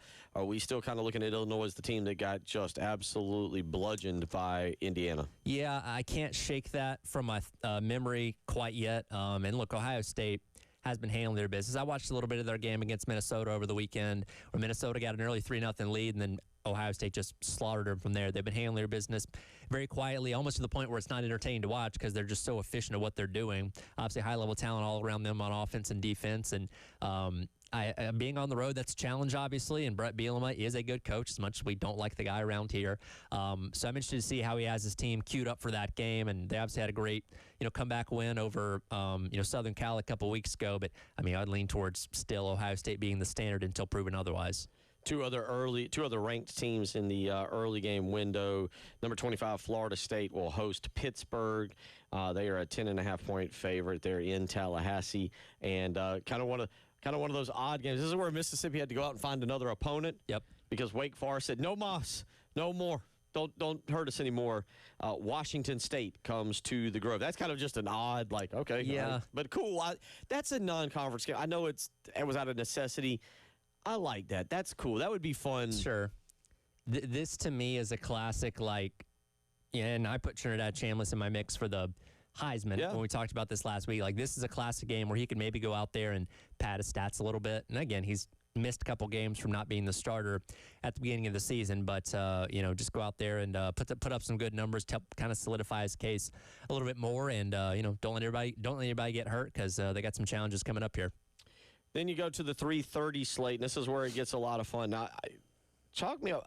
I get it. I do kind of get it, but I was surprised Texas fell all the way out of the ranking. We went from having a ranked Texas team to a completely unranked team, but you got Oklahoma, who's a slight favorite here, 1.5 points. We'll see what happens with John Mateer. The Cotton Bowl, the Red River rivalry, and then you also have the monster one. I got to admit, my eyes, TVA, bigger TV, will be on Indiana, Oregon. I'm expecting a shootout, a lot of points, 7.5-point favorites what the Ducks are. Yeah, again, Kurt Signetti, big win against Illinois a couple weeks ago, chance to go on the road and take down what is right there with Ohio State as the standard in the Big Ten as of right now, and we'll see what happens there. The Texas-Oklahoma game is interesting because Texas did open up as the favorite to start the week, and the fact that Oklahoma is now the favorite tells me Mateer is most definitely going to be playing in this game. And again, I fear for Arch Manning because what that pass rush did to Jackson Arnold a couple weeks ago. I think they're going to eat Arch Manning alive because they've struggled against everybody this year, seemingly when it comes to keeping him protected. And Oklahoma, not that they don't have any legitimate wins because they have beaten Michigan. They had the win, against whoever they played. Auburn. They got Auburn. So they got a couple quality wins so far, but this one I really think will solidify them in a lot of people's eyes if they can go out there and beat Texas the way I think they're capable of. Those are the two big ones. You got a kind of a nice slew of just others to flip around to. Virginia Tech at Georgia Tech at 3:30, NC State at Notre Dame, Iowa State, number 22 at Colorado. I'll just throw this one out there, too, to keep an eye on. Nebraska and Maryland at 3:30, Big Ten Network. Just two teams trying to break through and get into a ranking or whatnot. Yeah, they're kind of in that second tier of the Big Ten. Not teams you look at as playoff contenders necessarily, but ones that, like you said, could find themselves in the top 25 depending on who ends up winning this one. And, but maybe playing spoiler to somebody down the stretch depending on how their schedule plays out and all that. But yeah, even some of the non-ranked games are ones to keep an eye on. We'll come back. We'll give you the night slate, but we'll talk about the night games that's most important and near and dear to our heart, South Carolina and LSU. That's coming up next. You're listening to The Halftime Show.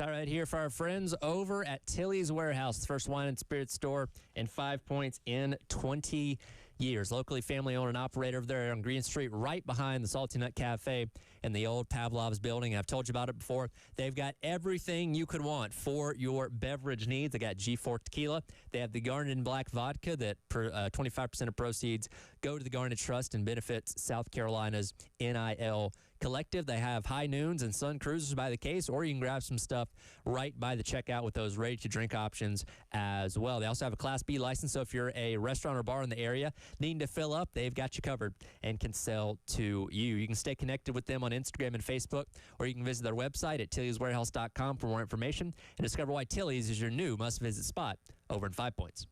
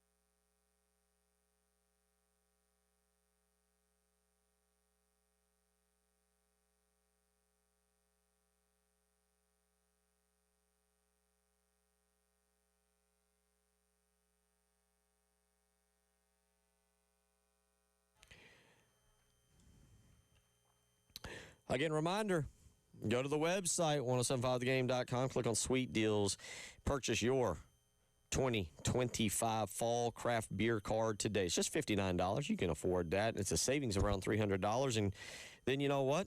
The weather's starting to turn. It's a lot better. There's no humidity. You got the month of October coming up or going on. You got Halloween. You can have a nice craft beer. enjoy sitting maybe outside at one of the great establishments part of this craft beer cart and enjoy an evening or afternoon watching Major League Baseball or a little college football. I was going to say pretty much every single day gives you opportunities to watch something right now. So definitely a great opportunity to use that if you haven't. And gosh, we have a bazillion places around here where you can use that thing. So never really any bad options. And again, take in what is the greatest month of sports going on right now in October. So go and do that. Go to 1075thegame.com. Click on Sweet Deals. Purchase your craft beer card today. So we gave you the noon and the 3:30 windows there for the college football slate. So we can get it's a good look at it. You got 3 just in the early hours. Ranked versus ranked games: Ohio State, Illinois, Alabama, Missouri, and Indiana, Oregon, and really. I'm going to go ahead and just chalk it up as 4. I know Texas. I think Texas is technically 26th. Others receiving they were either votes. 26th or 27th, but if they win, they would be re-ranked, basically. Very quickly, and inside the top 20, yes, by the way. Probably. But Texas and Oklahoma.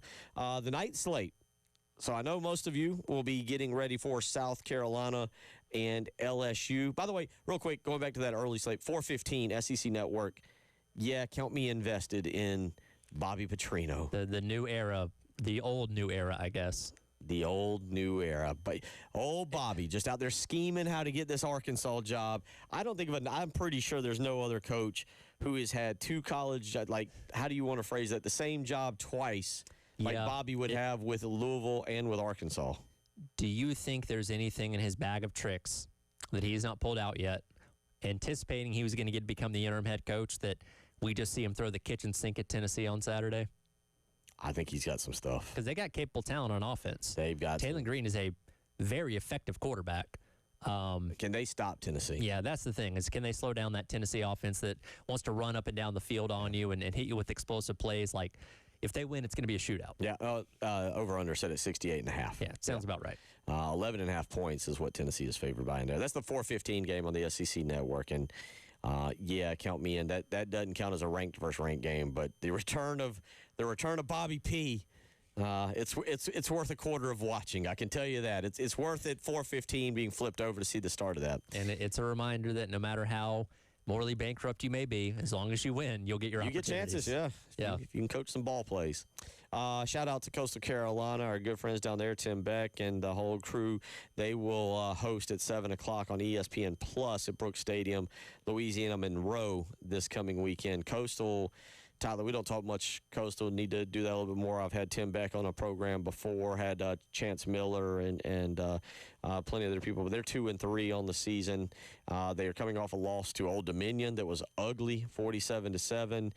They've got a date with Dow Lockins and App State coming up next weekend.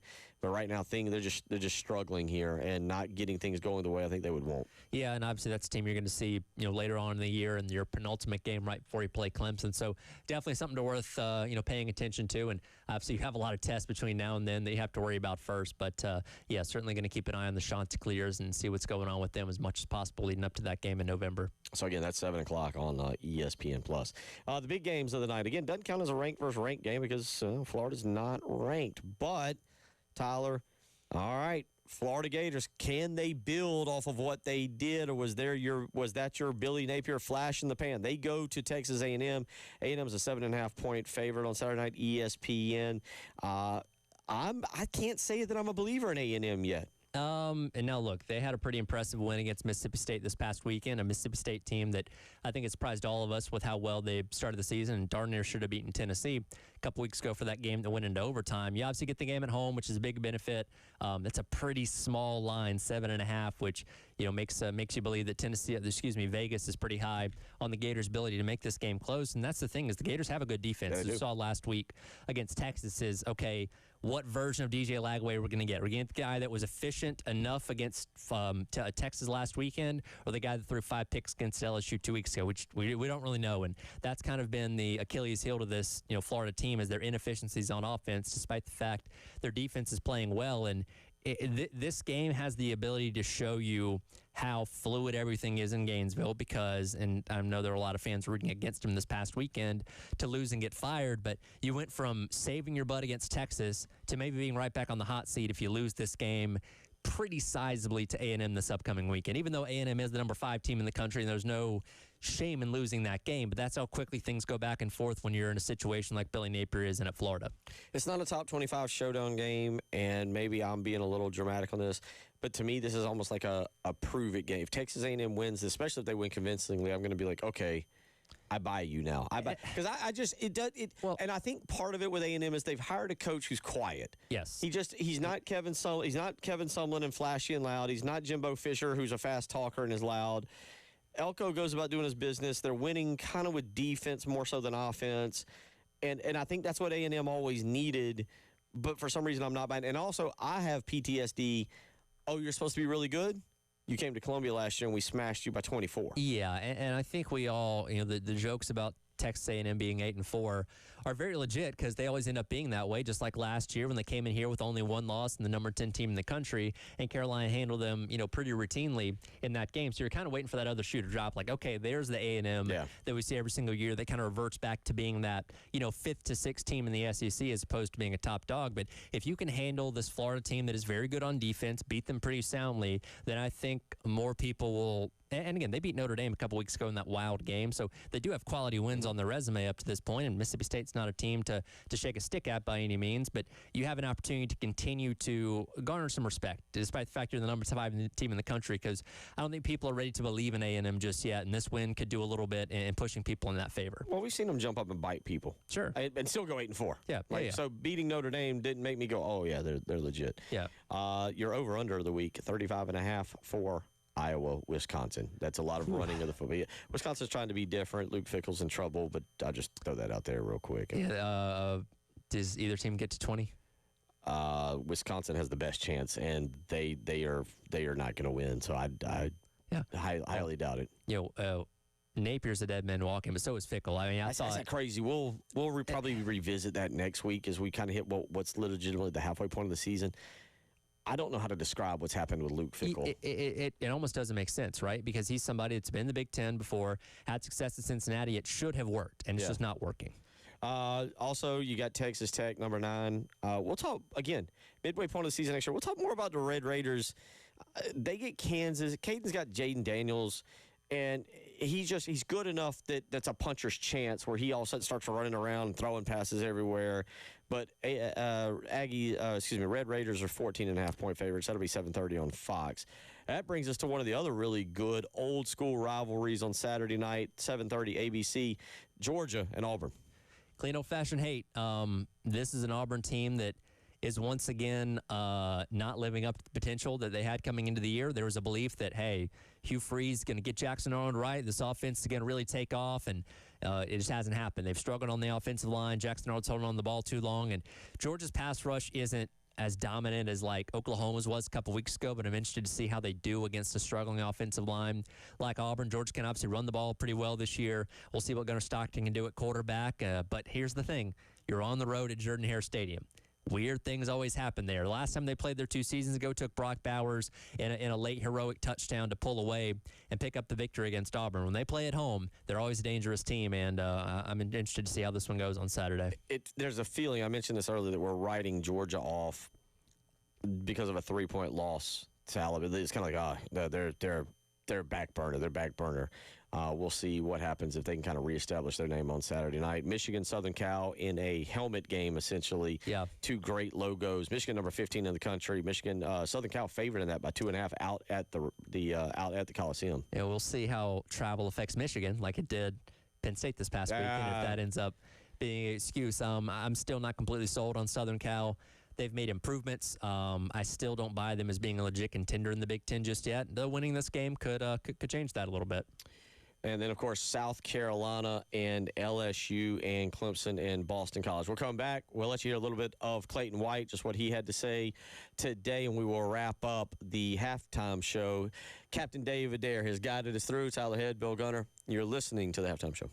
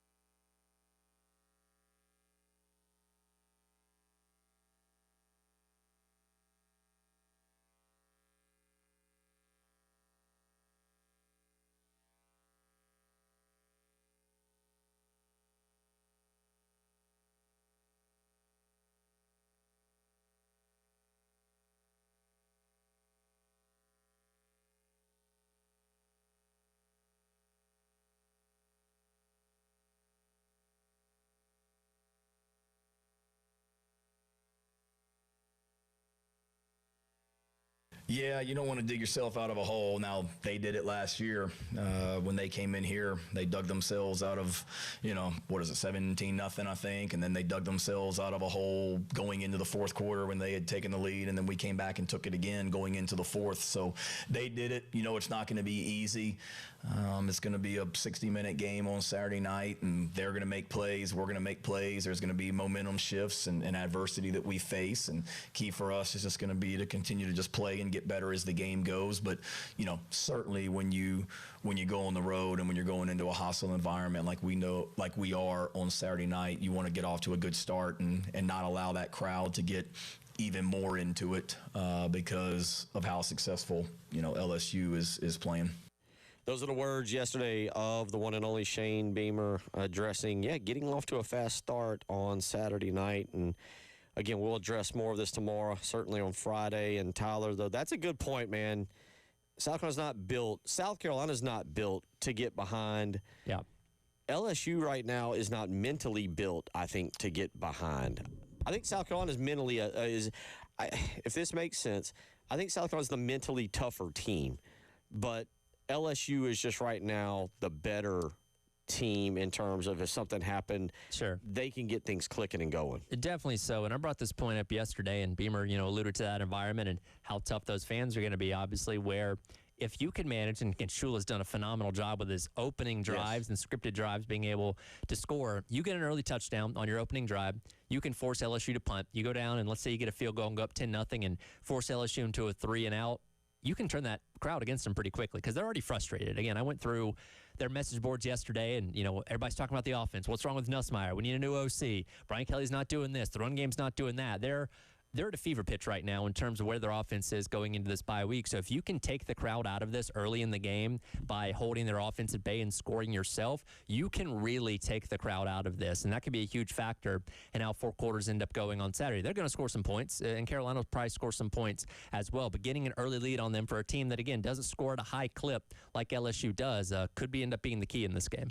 One of the keys will be slowing down Garrett Nussmeier. And earlier today, Clayton White talked a little bit about this year, what he has seen from the LSU starting quarterback. Well, I think last year, I saw it all from him. So it's like whatever, nothing has, it's exactly what I expected from him. He's a very accurate quarterback that can escape the pocket. He does a really good job of obviously controlling the offense and really getting them in the right protection, bringing receivers in to block apex players and blitzers and, throwing the ball out to screens and just, trying his best to make sure he's, blitzing. If they see the safety here, they run the run this way or they throw it away. He does a great job of controlling the thing. I think he does a really good job of all that. His accuracy has always been the best thing that I've seen from him. And that's it. Listen, the Garrett Nussmeier storyline on Saturday night alone, take out LSU and everything else, is he healthy? How is he performing? He's watching his draft stock plummet a little bit right now. And the thing is, and I find this interesting, and I had this conversation with another friend of mine that does more NFL-type scouting, and he said, at least with Lenore Sellers, there's people looking at Lenore Sellers like, well, look at the physical attributes. Yeah. Look at the intent. You just simply can't teach that. All right, whose fault is for what if Sellers is having a bad year? Oh, it's the offensive coordinator. It's the offense. It's not Sellers.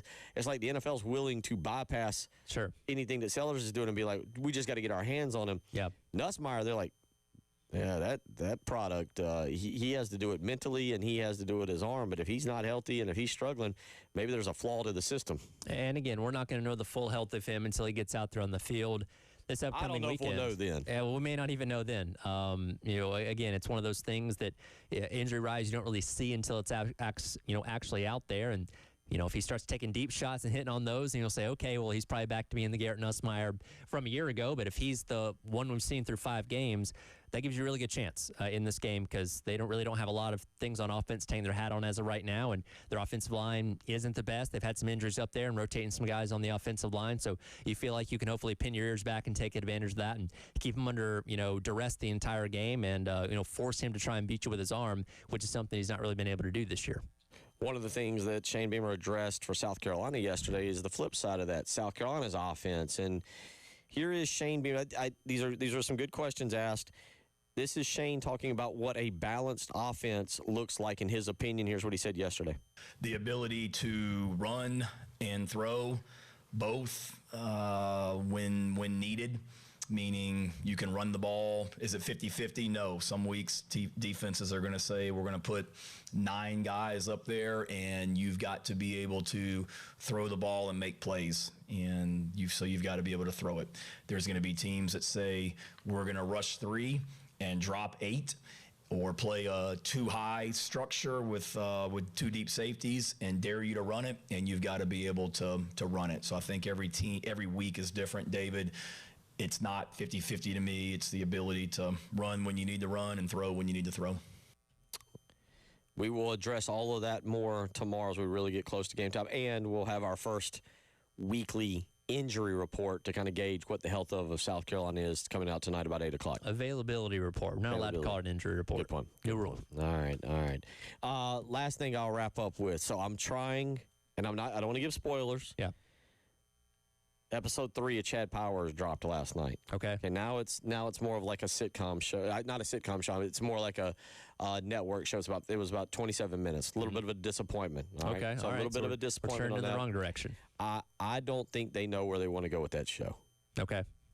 I don't think they know where they want to go with it. I mean, obviously it's all filmed and everything. Sure. Through 3 episodes. Not real sure right now. But I'll say this: episode 3 was good enough that I will patiently await for next Monday for episode 4 to drop, to keep this on my viewing list throughout the week. But I'm not happy about the runtime going down to about 30 minutes. Gotcha. Good to know.